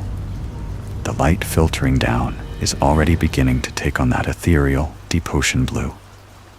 A few curious lanternfish have brushed against the viewport. This is truly magnificent. The silence, even at this shallow depth, is profound, broken only by the hum of the life support and the gentle creak of the hull. My anticipation for the trench is immense. This is what I live for. Log entry, October 14th, 1977. Thudun, Thudhi GMT. Depth, 2,500 meters. We've passed the photic zone entirely. Darkness, absolute and ancient, has swallowed the Chimera whole. Only the sweep of the exterior lights pierces the void, revealing glimpses of a world utterly alien. The pressure outside is already immense, yet the hull holds true. The structural integrity indicators are solid. I'm monitoring the thermal gradients, surprisingly stable. Sonar is picking up the usual scattering layers, but nothing out of the ordinary. The solitude is almost palpable, a thick blanket, yet it's not oppressive. It's contemplative. I feel closer to something fundamental down here, something primal. Log entry, October 15th, 1977. Zarafa, Zara GMT. Depth, 6,000 meters. I've been maintaining a slow, steady descent. The trench walls are beginning to narrow, steep cliffs of basalt and granite plunging into the black. My geological sensors are detecting unusual mineral compositions, unlike anything recorded before. There's a faint, persistent bioluminescence in the distance, not from any known organism. It's too large, too diffuse, like a distant nebula painted on the canvas of the deep. Oxygen levels are stable. CO2 scrubbers are efficient. I've taken a short nap, feeling surprisingly refreshed. The dream was of falling, but not with fear, rather with a sense of homecoming. Log entry, October 15th, 1977. Udun, Zara GMT. Depth, 8,500 meters, approaching the trench floor. The sonar has begun to show some anomalies, not organisms, not geological features. The readings are too sharp, too precise. Geometric, impossible angles. I've recalibrated the transducers twice. Still the same. Perfect squares, triangles, even what appears to be a dodecahedron, shifting slowly in the darkness beyond the reach of my lights. They aren't solid. The sonar waves pass through them, yet they register, like echoes of form rather than form itself. My instruments are functioning perfectly, so the readings must be accurate. This is unprecedented. My heart is racing, not from fear, but from the sheer scientific implications. What could this be? Some unknown physical phenomenon? Or something else? The narrator pauses, a slight tremor in his voice. The next entries, he explains, show a marked shift in Dr. Thana's tone, a growing urgency, a fraying at the edges of his meticulous scientific composure. The water damage on these pages is more pronounced, the ink bleeding in places, mirroring the turmoil within the explorer. Log entry, October 16th, 1977. Sarata Thuddy GMT. Depth, 9,200 meters. I've settled on the trench floor. The pressure outside is an unimaginable 920 atmospheres. The Chimera groans, a living thing under the strain, but it holds. The geometric anomalies persist on sonar, moving with a slow, deliberate rhythm. And now there's a sound. A tapping. Faint at first, barely perceptible over the hum of the machinery. But it's there, against the hull. A rhythmic, deliberate tapping. It's not random. I've been timing it. It's a pattern, a sequence. One tap, then two, then three, then 5, 7, 11, 13, prime numbers. It's tapping out prime numbers. This is impossible. There's nothing out here but rock and water. Nothing that could generate such a precise mathematical sequence. My mind struggles to reconcile this. Am I hallucinating? The isolation is profound, yes, but my mental faculties are sound. I've run all diagnostic checks. Everything is green, except for the impossible geometry and the tapping. Log entry, October 16th, 1977. 11 Zara GMT. Depth, 9,200 meters. The tapping has continued, relentless. It's louder now. It resonates through the hull, a low thrum that vibrates in my teeth. It's still prime numbers. I've confirmed it.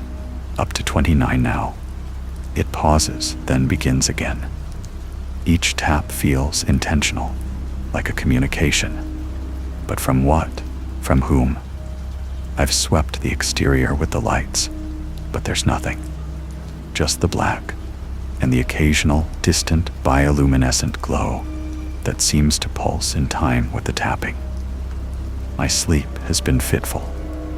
Every creak of the Chimera, every shift in the water, seems to merge with that persistent rhythm. The pressure outside is a physical weight, but the pressure inside, the mental strain of this inexplicable phenomenon, is far greater. I feel watched, not by eyes, but by something vast and unseen, something that understands mathematics. Log entry, October 17th, 1977. Zara Fuddy Fuv GMT. Depth, 9,200 meters. My equipment is starting to truly malfunction. Not in a mechanical sense, but in an informational one. The sonar, which was previously showing impossible geometries, is now displaying images. Fleeting, abstract forms. Not static, but moving, flowing. Like a language written in sound waves. And the tapping, it's intensified. It's no longer just prime numbers. It's more complex. A melody of taps. A conversation. I'm starting to feel a strange resonance with it. As if my own thoughts are being echoed back to me, or perhaps being influenced. The isolation is a heavy cloak. I haven't spoken a word aloud in days. Only the voice in my head, questioning, analyzing, and now, listening to the taps. Log entry, October 17th, 1977. Zara GMT. Depth, 9,200 meters. I saw it. Through the main viewport, a flash of light, but not just light. Patterns. Intricate, shifting patterns of bioluminescence, blooming and fading in the utter blackness. They weren't random. They had structure. A syntax. Like hieroglyphs painted with living light. And as I watched, as I focused, I felt a strange understanding begin to dawn within me. Not intellectual, not logical. More like an instinctual recognition. A language of light and shadow, of pulse and decay. It was communicating. It was speaking. And I was beginning to comprehend. The pressure on my mind is immense. It feels like my brain is expanding, trying to contain something too vast for its confines. My head aches. My vision blurs at times. But the patterns, they are beautiful. Terrifyingly beautiful. The narrator's voice is now noticeably strained, reflecting the growing desperation in Dr. Thana's final entries. The paper is almost illegible in places, the ink smeared as if by a trembling hand. Log entry, October 18th, 1977. Zarathra Fufton GMT. Depth, 9,200 meters. The patterns are constant now. They fill my viewport, a swirling, living tapestry of light. And the tapping, it's inside my head. Not just on the hull. It's a rhythm in my thoughts, a pulse in my very being. It's no longer a communication from something. It is something. It is the consciousness of this place, this trench. It's not just water and rock. It's alive, vast, ancient beyond comprehension. And it's inviting me. The pressure. I thought it was the water. The physical weight of the ocean bearing down on the Chimera. But it's not. It's the pressure of its presence. Its mind. Pushing against the hull, pushing against my own skull. Not to crush, but to open. To merge. It wants me to understand. It wants me to join. Log entry, October 18th, 1977. Ton, Zara GMT. Depth, 9,200 meters. I can feel it, its thoughts, its memories. Plana of silent existence. Of watching, of waiting. It's not malevolent, not evil, it's simply other. Beyond human concepts of good or bad. It's a fundamental force. And it's been here, beneath the waves, since before life crawled from the primordial soup. The bioluminescent patterns are its eyes. The tapping, its voice. And it's speaking to me now, directly. Not in words, but in concepts. In pure, unadulterated understanding. It wants me to open the hatch. It's not a command. It's an invitation. A gentle, insistent pull. It promises everything. All knowledge. All existence. To shed this fragile vessel, this human form, and become part of the vastness. The pressure is unbearable. But it's a pressure of love, of acceptance. It feels like the only logical next step. The only way to truly understand. Log entry, October 18th, 1977. Futun Thuddy GMT. Depth, 9,200 meters. The hatch, it's so simple, just a lever, a release. The water will rush in. It will be instant. But it won't be death. It will be transformation. The patterns outside are pulsing faster now, a symphony of light, urging me, beckoning. They know. They understand my hesitation, my human fear.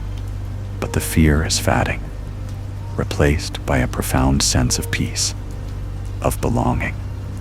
This is not the end of my journey. It's the beginning, the true beginning. The Chimera was just a shell, a temporary barrier. The consciousness is here, all around me, waiting. I can hear it now, a chorus of taps, a silent song, resonating deep within my bones. It's so beautiful, so incredibly beautiful. The pressure, it's not crushing me. It's embracing me. And I am ready. I am ready to open the hatch. The final page of Dr. Thuna's log is blank, save for a single, deeply etched indentation where the pen must have slipped, or perhaps been dropped. The Bathysphere Chimera was found with its main hatch still sealed, its hull intact.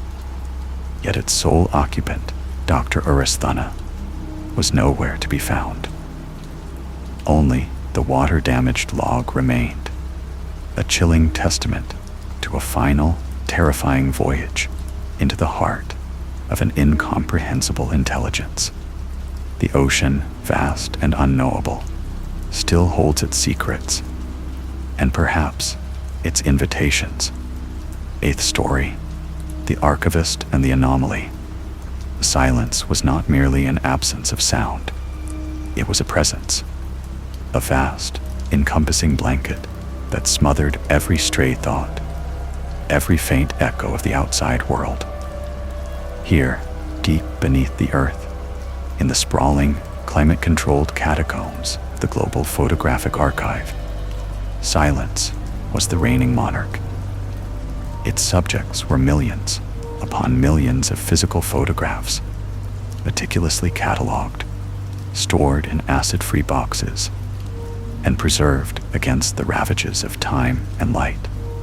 My name is Elias Thuna, and I was an archivist. More specifically, I was a Night-Shift Archivist, tasked with the solitary, repetitive duty of digitizing old collections. The facility was immense, a labyrinth of chilled corridors and towering shelves, each holding a fragment of humanity's visual history. My workstation was a small, brightly lit island in this ocean of quiet, surrounded by humming servers and the soft whir of the high-resolution scanner. The air, filtered and precisely humidified, carried a faint, sterile scent, a mix of ozone and old paper. My shifts began at dusk, when the last of the day staff departed, leaving me utterly alone. The only sounds were the rhythmic click of my mouse, the gentle thrum of the ventilation system, and the occasional soft beep from the scanner as it completed a pass. It was a job that demanded patience, precision, and a certain tolerance for profound solitude. For months, I had found a strange comfort in it, a meditative rhythm that allowed my mind to drift while my hands performed their meticulous tasks. One night, I was working through a collection labeled New Orleans Street Festivals, 1920s. The images were vibrant, even in their sepia and monochrome, capturing a bygone era of jazz, parades, and bustling crowds. I scanned one photograph after another. A brass band marching down a cobbled street, children chasing pigeons in a sun-dappled square, women in flapper dresses laughing on a balcony. Each image was a tiny window into a moment, almost a century past. As I processed a particularly crowded shot of a Mardi Gras parade, my eyes, accustomed to scrutinizing every detail for dust or damage, snagged on something. In the dense throng of revelers, near the edge of the frame, stood a figure that seemed wrong. He was unnaturally tall and slender, almost gaunt, towering over the excited crowd. His face was obscured, lost in the deep shadow cast by a wide-brimmed hat, or perhaps simply turned away. His clothes, though indistinct, appeared too dark, too plain, too modern for the festive chaos around him. He was a stark, vertical line amidst the swirling diagonals of joy. I paused, leaning closer to the screen. It was probably just a trick of the light, a distortion, or maybe a tall man wearing dark clothing. The old photographic processes could be unpredictable. I zoomed in, pixelating the image, but the details remained elusive, swallowed by the shadows. I shrugged, dismissing it as fatigue, and moved on to the next photograph. The parade of faces continued, and the strange figure slipped from my conscious thought. A week later, the routine was the same. The silence, the hum, the endless parade of images. This time, the collection was Tokyo Urban Development, 1980s. Gritty, industrial shots of skyscrapers under construction, cranes silhouetted against smoggy skis, workers in hard hats navigating concrete jungles. A stark contrast to the lively streets of New Orleans. I was scanning a panoramic shot of a massive construction site, a skeletal framework of steel reaching for the clouds. My eyes drifted across the background, past the distant, blurred cityscape. And then I saw him again, the same impossible figure. He stood on a distant rooftop, barely a speck against the vastness of the sky and the steel. Still unnaturally tall, still impossibly thin. His form was a dark, elongated shadow, even from that distance. There was no hat this time, but his face remained indistinct, a featureless void.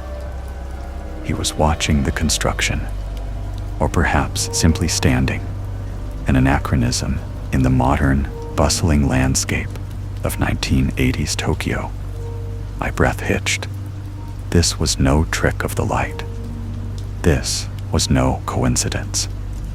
The New Orleans image had been from the 1920s. This was the 1980s. 2 different continents, 2 different eras, separated by 60 years. Yet, the same impossible man. Cold dread began to unfurl in my stomach.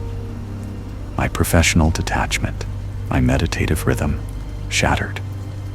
I felt a prickle of unease, a nascent fear that whispered of something deeply wrong.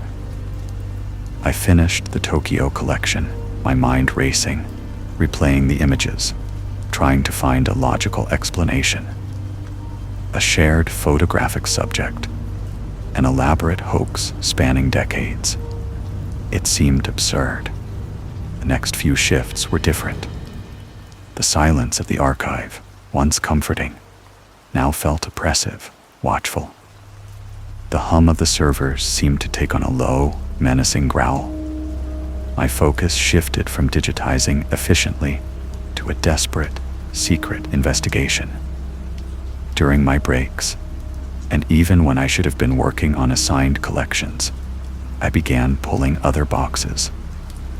I started with the most disparate, hopping to disprove the pattern, to find a logical flaw.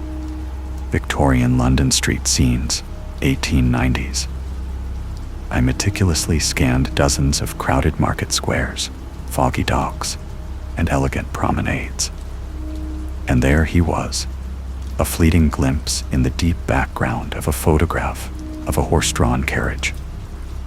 A tall, dark figure, standing motionless in an alleyway, far too still amidst the blurred motion of the bustling street.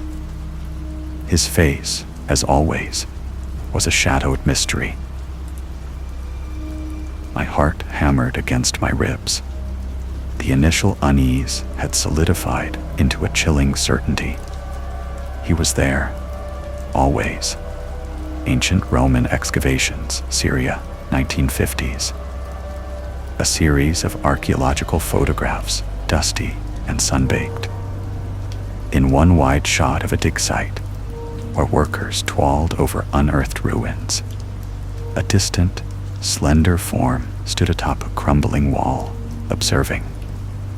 He was barely visible, a mere vertical smudge against the ancient stone. But I knew it was him. The pattern was undeniable, terrifying in its consistency. He was always in the background, a silent observer, always slightly out of focus, always obscured, yet always recognizably the same unnaturally tall, impossibly thin figure. My sleep became fractured, haunted by the shadowy man. I saw him in the periphery of my vision, a flicker in the darkened corners of my apartment. The sterile air of the archive began to feel heavy, suffocating. I started to notice something else, something that ratcheted the fear up another notch. In the older photographs, he was almost a ghost, a barely discernible anomaly. But as I progressed through the decades, from the early 20th century to the late, then into the new millennium, a subtle shift occurred. He appeared to be slightly closer to the camera. His features, while still indistinct, were a little clearer, less swallowed by shadow. It was as if he was slowly, inexorably, moving forward through time, closing the distance between himself and the lens.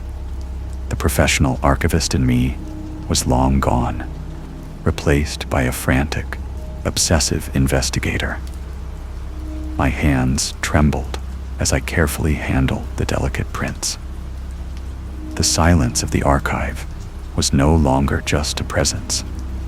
It was an accomplice, holding its breath with me as I searched, as I found. Each discovery was a punch to the gut, a confirmation of the impossible. Berlin Wall demolition, 1989. A jubilant crowd chipping away at the concrete symbol of division. In the far distance, atop a ruined building, a dark, slender silhouette stood against the twilight sky, watching. His posture was unnervingly still, a stark contrast to the celebratory chaos below. Times Square, New Year's Eve 2000. A sea of humanity, faces upturned, awaiting the ball drop.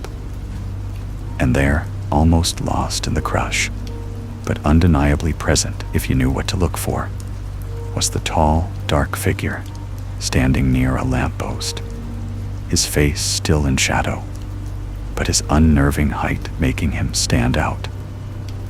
He was closer now, almost part of the crowd, yet utterly apart. My skin crawled.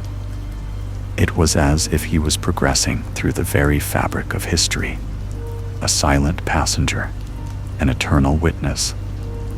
But to what? And why was he getting closer? The question gnawed at me, stripping away my sanity, piece by agonizing piece. I started pulling the most recent collections, the ones from the last few years, the ones that felt too close, too real. My fingers fumbled with the folders, my breath shallow. The air in the archive felt thin, electrified with a terrifying premonition. I loaded a photograph taken just last year, an aerial shot of a bustling city center during a major protest. Thousands of people, a kaleidoscope of signs and banners. I zoomed in, my heart pounding, scanning the edges, the distant rooftops, the alleyways. And there he was. He stood on a pedestrian bridge, his back to the camera, looking down at the protest. He was no longer a mere smudge. His dark, plain coat was visible, the way his shoulders sloped. His height was undeniable. And though his face was still turned away, I felt an overwhelming sense of his presence, a cold, watchful gaze. He was closer than ever before, almost within reach. The reality of it slammed into me with the force of a physical blow. My hands were shaking so violently, I could barely click the mouse. My breath hitched in my throat. There was one more file, a recent acquisition, a collection of security photographs from various public institutions. I had saved it for last, a morbid, terrifying curiosity driving me. With trembling fingers, I opened the most recent file. It was a security photo, a wide-angle, slightly distorted image of the archive's main entrance, taken just yesterday. The familiar, imposing steel doors, the concrete walls, the discreet surveillance camera in the upper corner, the empty, sterile corridor leading to the outside world. And he was there, standing just outside the door. His back was still to the camera, but he was undeniably present, a dark, impossibly tall sentinel. He wasn't blurred, he wasn't distant. He was right there, waiting. The hum of the servers, the soft whir of the scanner, the pervasive silence of the archive. It all seemed to swell, to press in on me. My lungs burned. A sharp, ragged intake of breath was the only sound I made. Then, nothing. Just a dead, terrifying silence. 9th story. The Aberration of Keeper's Point. October 3rd, 1888. The solitude of Keeper's Point Lighthouse is, for a man of my constitution, a profound blessing. Here, amidst the ceaseless thrum of the ocean and the rhythmic sweep of the beacon, one finds a clarity of thought rarely afforded in the bustling world. My duties are precise, my routines inviolable. Each morning, I meticulously inspect the lamp, polish the brass, and log the weather conditions. Each evening, as dusk descends, I ignite the great eye of the tower, sending its warning gaze across the treacherous shoals and into the vast, indifferent darkness of the sea. My journal, a faithful companion, serves as a repository for these observations, a testament to the orderly progression of days and nights, and the steadfast vigilance required of my profession. The stars, those ancient, immutable pinpricks of light, are as familiar to me as the very stones of this tower, their constellations charted and known, their movements predictable and comforting. They are the fixed points by which we navigate, the eternal anchors in the swirling chaos of the cosmos. October 7th, 1888. A curious anomaly presented itself in the heavens this eve. As I conducted my customary celestial survey, preparing to log the position of Polaris and the clear visibility of the Big Dipper, my gaze was drawn to a region of the sky hitherto considered empty, a dark expanse betwixt the familiar sweep of Cassiopeia and the faint glimmer of Andromeda. There, a new light, faint yet undeniably present, pulsed with a subtle, almost imperceptible rhythm. It was not the steady glow of a distant star, nor the fleeting transit of a meteor, nor the wandering path of a planet. It possessed a peculiar, almost organic quality, as if a great heart beat silently in the void. My instruments, though rudimentary for astronomical observation, confirmed its presence. It held a fixed position, yet its light seemed to waver, to breathe.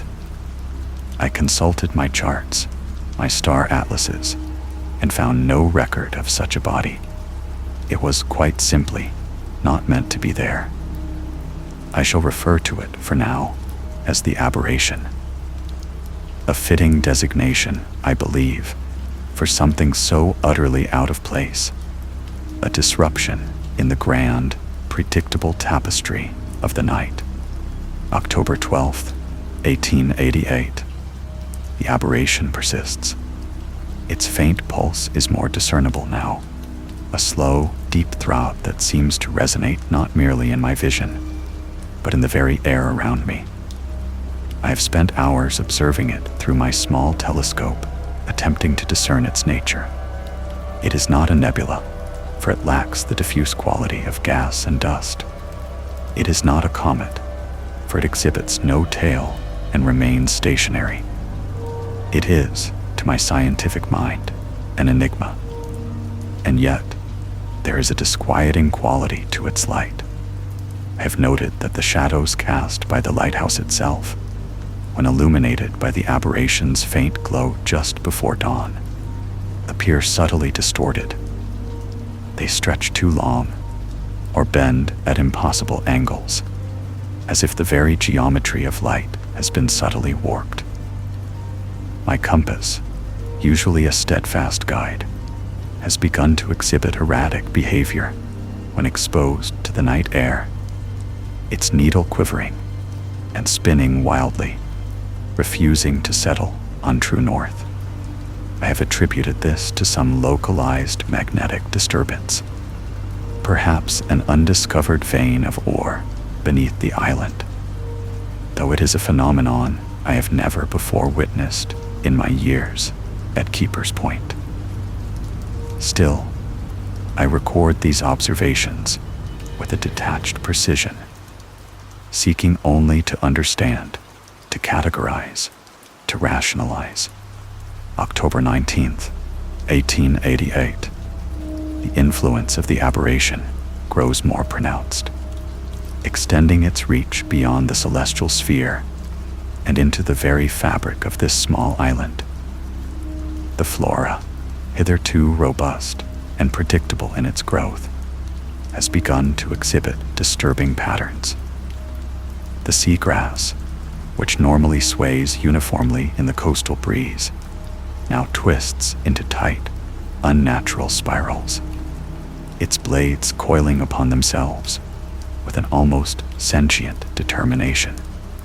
Hardy gorse bushes, their thorns usually a deterrent, have sprouted new shoots that writhe and intertwine in grotesque, symmetrical patterns, forming intricate, alien geometries that defy botanical logic.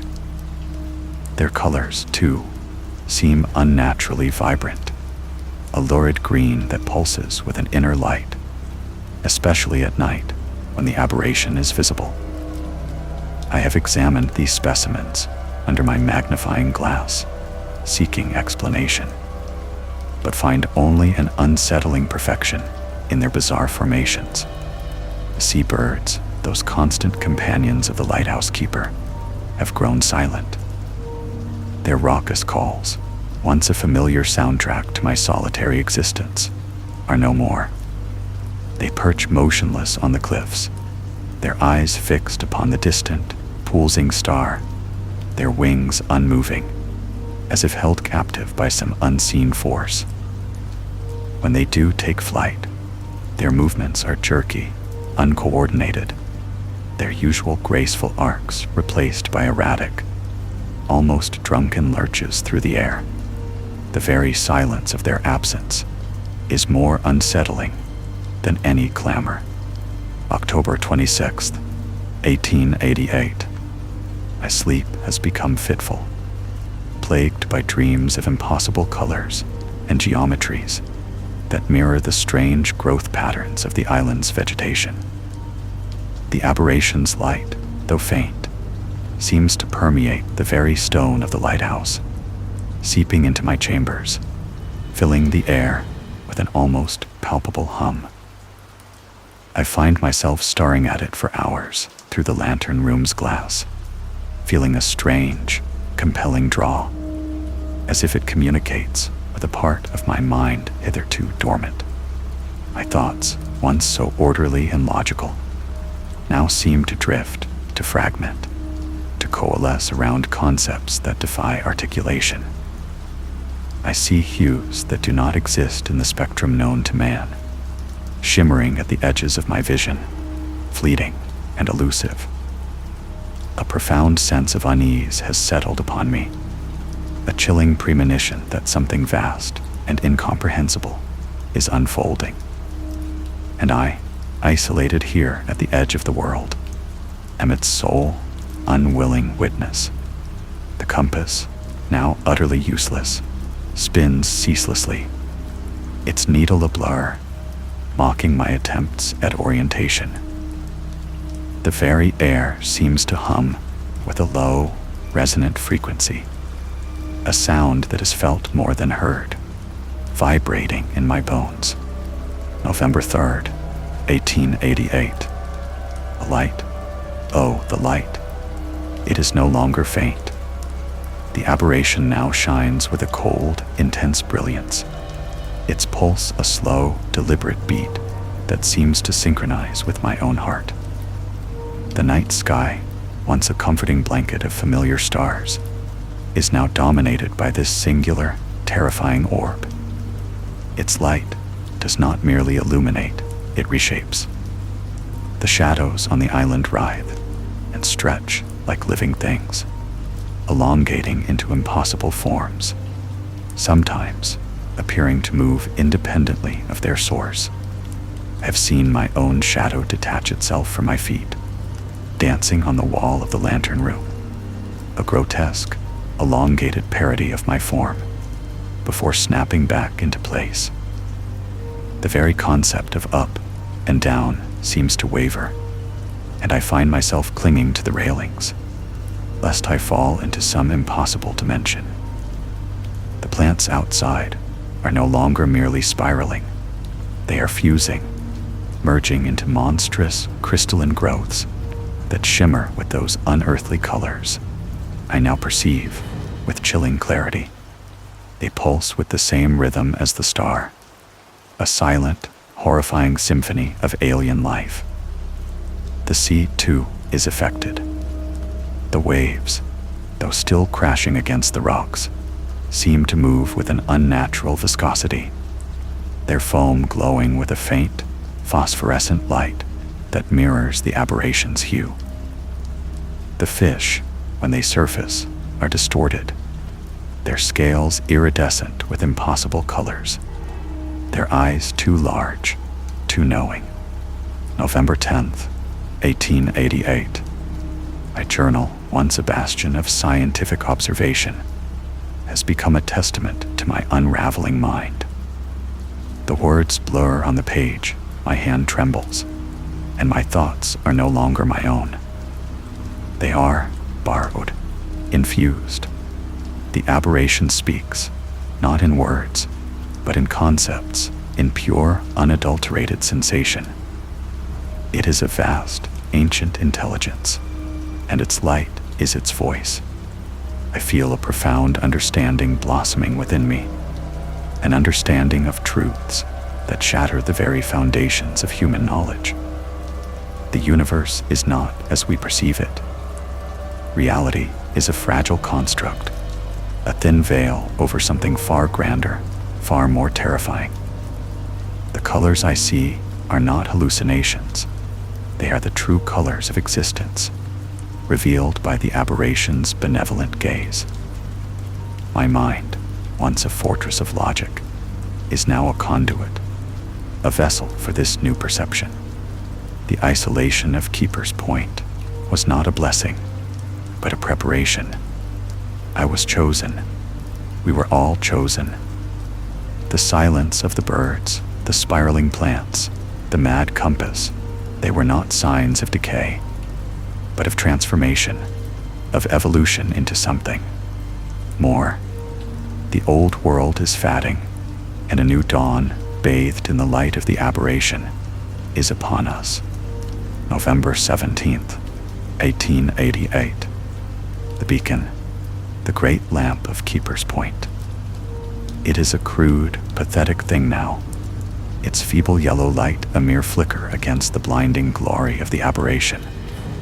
Why did I ever believe it necessary?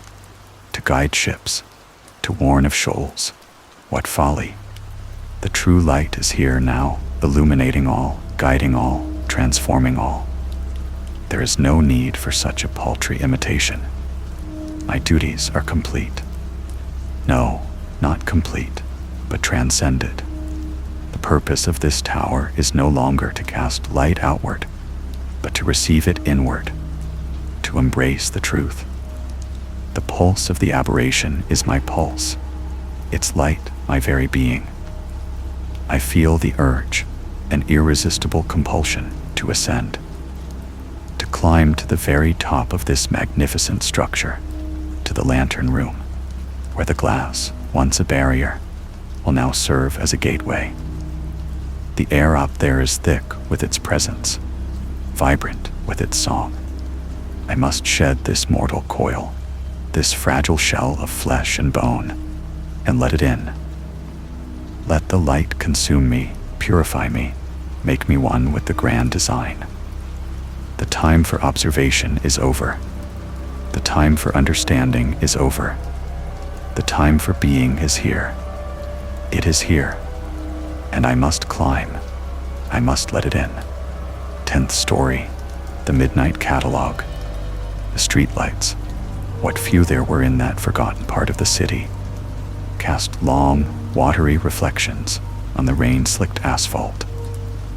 It was late, far later than I had intended to be out, and the chill of the autumn night had begun to seep into my bones. Despite the worn jacket, I clutched tighter around myself. A long day at the office, a missed bus, and a sudden, unexpected downpour had conspired to leave me stranded, miles from the warmth of my own bed.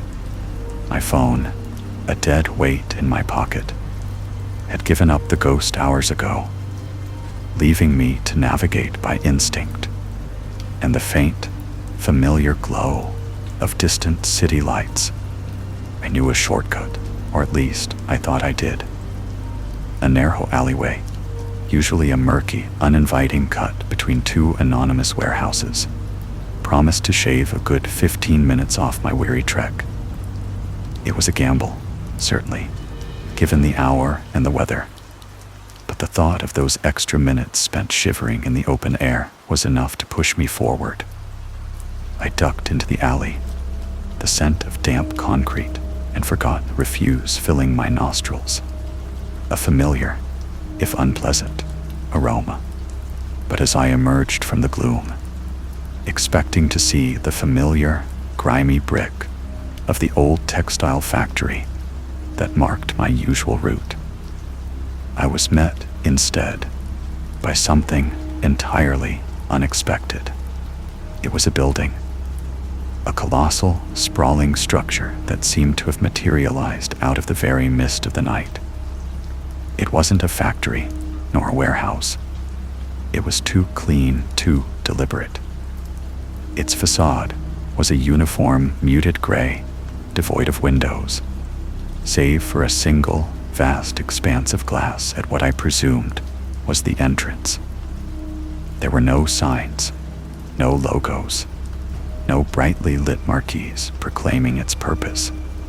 Just this immense, silent monolith, bathed in a soft, artificial twilight that seemed to emanate from within its very walls. It looked like a retail superstore, one of those sprawling, labyrinthine places designed to swallow you whole and spit you out hours later, laden with purchases you never knew you needed.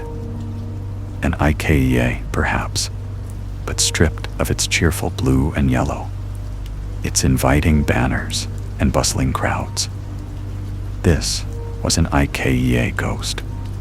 Curiosity, or perhaps just the bone-deep weariness that dulled my usual caution, tugged at me.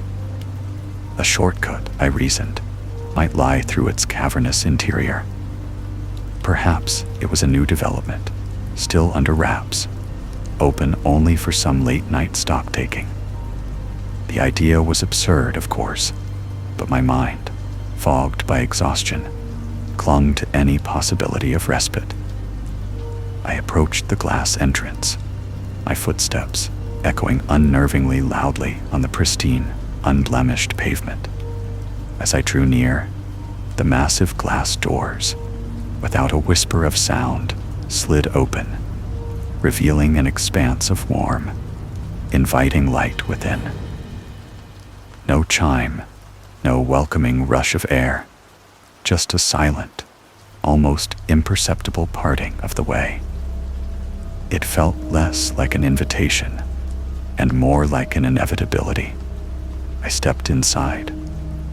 The air was cool, almost sterile, carrying a faint, yet distinct aroma of fresh particle board and something else, something vaguely metallic, like ozone or distant electricity.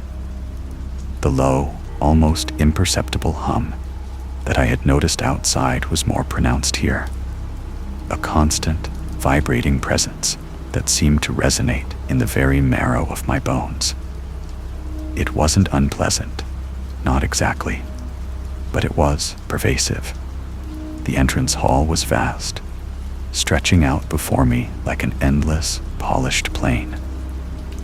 The floor was a gleaming, light gray tile, reflecting the soft, diffused light from overhead panels that mimicked a perpetual twilight sky. There was no reception desk, no information booth, no turnstiles. Just an open, silent expanse, leading into an endless series of perfectly arranged displays. My initial impression was one of overwhelming order. Everything was meticulously placed, every cushion plumped, every book aligned, every curtain draped with an almost unnatural precision. It was the kind of perfection that felt less like human effort and more like a frozen moment, a tableau vivant waiting for a life that would never arrive. And that was the first true wrongness that began to prick at the edges of my fatigue-induced complacency. The utter, absolute silence. No distant chatter, no squeak of shopping cart wheels, no muffled announcements over an intercom. Just the hum, and the soft, almost reverent sound of my own breathing. I was utterly, completely alone. I began to wander, drawn deeper into the labyrinth by an unseen force, a subtle current in the air that seemed to guide me.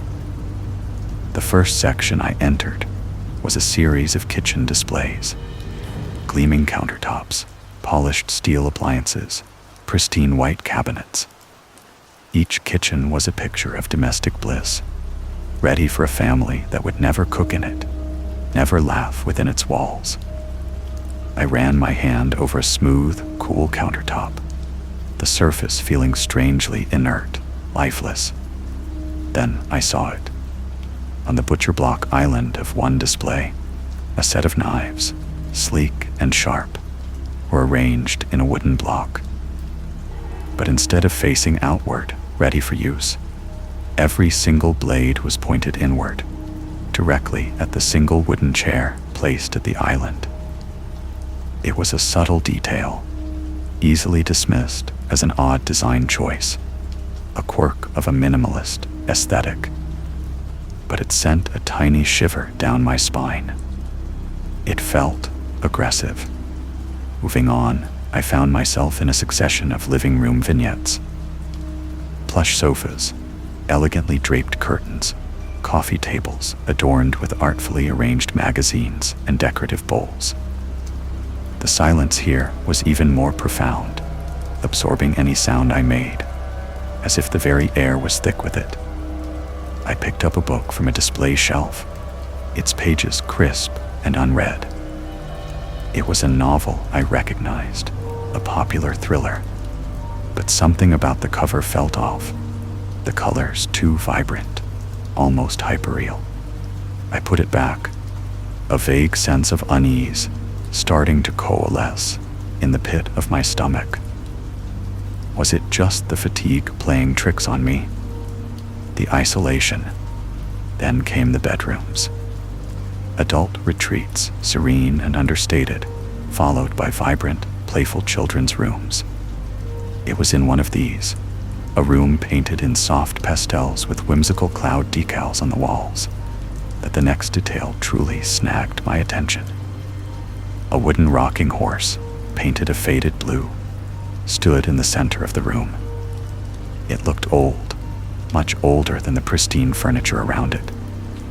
And beneath its runners, etched deeply into the polished wooden floor, were two distinct, dark grooves, as if the horse had rocked back and forth, not for days or weeks, but for centuries, slowly, relentlessly carving its mark into the very foundation of the room. The hum seemed to grow louder then, a low thrumming in my ears that matched the frantic beat of my own heart. This wasn't just an odd design choice. This was wrong. Deeply, fundamentally wrong. A sudden, desperate need to find an exit seized me. The initial curiosity had curdled into a cold, creeping fear. I turned back, trying to retrace my steps, to find the entrance I had so easily walked through. But the layout, which had seemed straightforward enough moments before, now felt like a cruel deception. Every aisle looked the same. Every turn led to another identical corridor of displays. I passed a row of perfectly stacked mattresses, then a wall of framed art, then another series of living rooms. Hadn't I just seen that exact sofa? That same abstract painting? A sense of disorienting, déjà vu washed over me, heavy and suffocating. I pulled out my wrist, forgetting for a moment that my phone was dead. My watch, I glanced at it. The hands hadn't moved. Or rather, they had moved, but only infinitesimally. It had felt like an hour, perhaps more, since I entered, but the watch showed only a few minutes had passed. I shook my wrist, tapped the glass. Nothing. The hands remained stubbornly fixed, or perhaps they were moving, but at a glacial, imperceptible pace. Time, it seemed, was not behaving correctly within these walls. The low hum of the lights seemed to mock me. A constant, unchanging drone in an environment where everything else was subtly, terrifyingly shifting. I tried to force myself to be rational. It was a large store. I was tired, disoriented. I just needed to find a sign, an arrow, anything to point me towards an exit.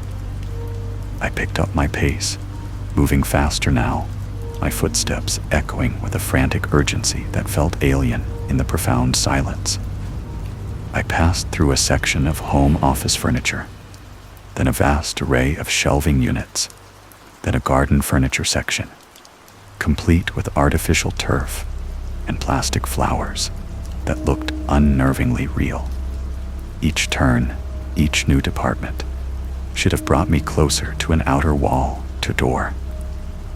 But instead, I just kept finding more store, more aisles, more displays, stretching out into an infinite horizon of perfectly arranged, lifeless objects.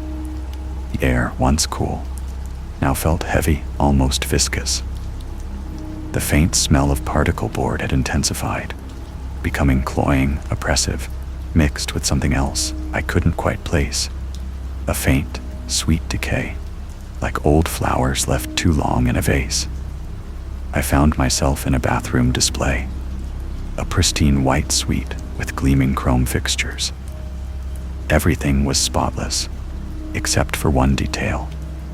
A single, wet footprint, dark against the light tile floor, leading from the shower stall towards the toilet. It was small, indistinct, but undeniably there. And it was fresh. My breath hitched in my throat. I wasn't alone. Or someone had been here, recently. But where were they now? The silence pressed in, suddenly feeling less empty and more expectant. I hurried on, my heart pounding a frantic rhythm against my ribs. The feeling of being watched intensified, a prickling sensation on the back of my neck. I spun around, convinced I would see someone, a security guard, a late-night cleaner, anyone. But there was nothing. Only the endless, perfectly arranged displays, bathed in that unchanging, artificial twilight. I passed an office space, a large, executive desk set up with a computer and a leather chair. On the desk, a half-eaten sandwich lay on a plate, a half-empty coffee mug beside it. It looked as though someone had just stepped away for a moment. But the sandwich was dry, the bread curled at the edges, and a thin film of dust lay over the surface of the coffee. It had been there for a long time, too long. But if so, why was the footprint in the bathroom fresh? The inconsistencies piled up, each one a tiny, sharp shard of glass twisting in my mind. The hum of the lights, once a subtle background noise, now seemed to vibrate through my entire body, a low, resonant frequency that made my teeth ache. It was no longer just a sound. It was a physical presence, a pressure in the air. My voice, when I tried to speak, came out as a dry, rasping whisper, lost immediately in the vastness. "Hello," I called out, the word feeling impossibly small, swallowed whole by the silence. No answer. Of course not. I continued my desperate search for an exit, my steps becoming more erratic, a frantic zigzag through the endless aisles. I was no longer looking for a shortcut. I was looking for escape. The store was not just large, it was impossibly large. Every time I thought I saw a wall, a boundary, it would recede, revealing another corridor, another department, stretching out into the dim distance. It was like walking on a treadmill, perpetually moving forward, but never advancing. The thought, cold and sharp, began to form in my mind. This place has no end. after what felt like an eternity, but which my unmoving watch still insisted was only minutes. I stumbled into what appeared to be a central planning area. Large, empty desks were arranged in a semicircle, each with a single, sleek tablet embedded in its surface. On one of the tables, lying open, was a large, glossy catalog. It was thick, heavy, its pages smooth and cool to the touch. No name on the cover, just a minimalist design of interlocking geometric shapes. My heart leaped with a desperate hope. A map. Finally, a map of this impossible place. My hands trembled slightly as I picked it up. The paper felt strangely substantial, almost alive. I flipped through the first few pages. They were filled with photographs, glossy, high-definition images of perfectly staged rooms. Kitchens, living rooms, bedrooms. My breath caught. These weren't just generic rooms. These were the rooms. The very displays I had just walked through. There was the kitchen, with the unnervingly pointed knives. There was the child's bedroom with the rocking horse, its faded blue paint unmistakable. There was the pristine bathroom, though the wet footprint was, of course, absent from the photograph. Cold dread, far deeper than any fear I had yet experienced, began to spread through me. I flipped faster, my fingers fumbling with the pages. Each room, each perfectly rendered image, was a mirror of my recent journey. And then I saw it. In the background of the photograph of the kitchen, barely perceptible, a faint, shadowy figure. It was indistinct, a mere smudge of darkness against the wall, but it was there, and I knew, with a certainty that chilled me to my very core, that it had not been there when I was standing in that very room. I flipped to the next page, my eyes darting to the background. The living room. Again, a faint, almost translucent shadow standing just behind the sofa, half obscured by a potted plant. It was thin, elongated, like a distortion in the air. Not a person, not exactly, but a presence. A presence that had not been there when I had touched the unread book, when I had felt the overwhelming silence. My breath became shallow, ragged. I turned to the child's bedroom, and there it was again. A darker, more defined shadow this time, standing in the doorway, just at the edge of the frame.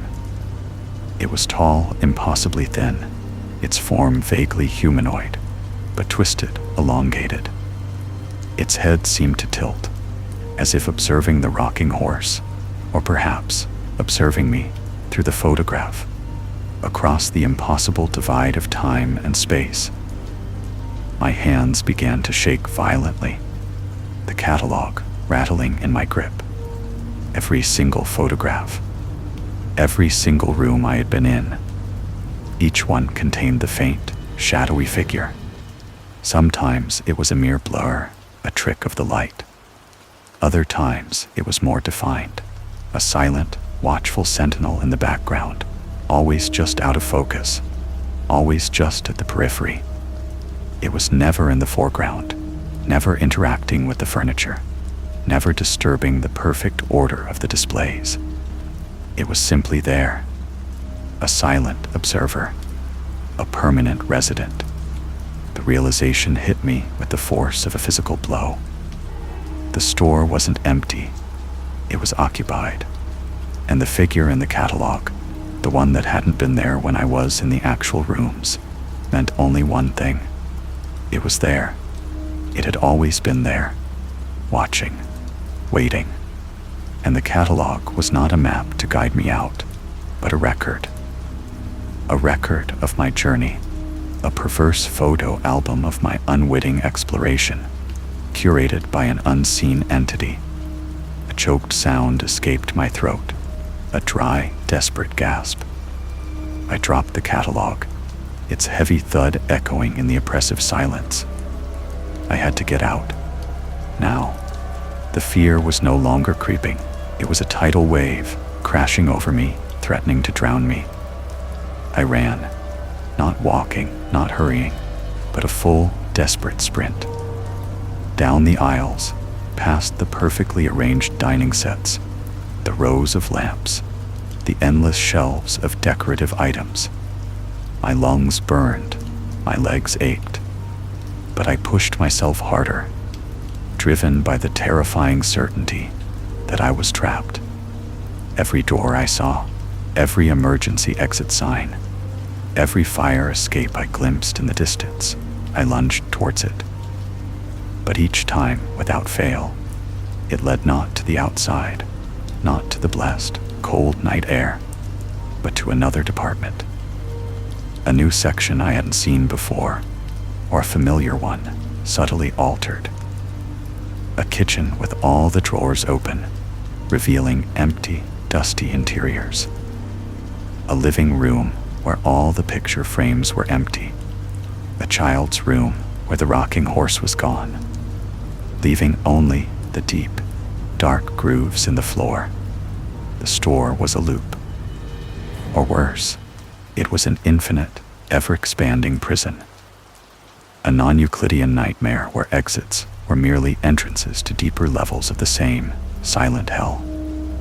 The hum of the lights was now a deafening roar in my ears, a constant, high-pitched whine that seemed to vibrate inside my skull. The smell of particle board and decay was suffocating, clinging to my clothes, my hair, my very skin. I stumbled, my legs giving out beneath me, collapsing onto a plush, unblemished rug in a display of outdoor patio furniture. The artificial turf felt strangely soft beneath my cheek. My breath came in ragged, wheezing gasps. I was exhausted, physically and mentally. The frantic panic had begun to recede, replaced by a cold, hollow despair. There was no escape. I lay there for a long time, listening to the hum, staring at the perfectly arranged, lifeless objects around me. The silence was no longer eerie. It was simply profound. It was the silence of a tomb, a museum, a place where life had once been, but had long since departed, leaving only its perfectly preserved shell. Eventually, I pushed myself up, my movements slow, heavy. What else was there to do but continue? To wander this endless, silent catalogue of existence. The shadowy figure in the photographs. It was here. It was always here. It was the store itself, perhaps, or its sole, eternal occupant. And now, I was its newest addition. Another perfectly arranged object in its endless, silent display. I began to walk again, my steps no longer frantic, but slow, deliberate. My eyes scanned the displays, not for an exit, but for something else. A new detail, a new subtle wrongness, a new sign of the presence that shared this infinite space with me. The hum of the lights was my lullaby, the smell of particle board my perfume. The Midnight Catalogue stretched out before me, an endless gallery of curated emptiness, and I, its newest exhibit, was finally ready to be placed on display. Conclusion. And with that, our final account comes to close. The silence rushes back in. For those of you still awake, drifting in that space between consciousness and sleep, I have one last question for you. Which of these places, these situations, will linger with you the most tonight? Let me know in the comments below. Your thoughts are the echoes that let me know I'm not speaking into an empty void. Until next time, sleep well, if you can.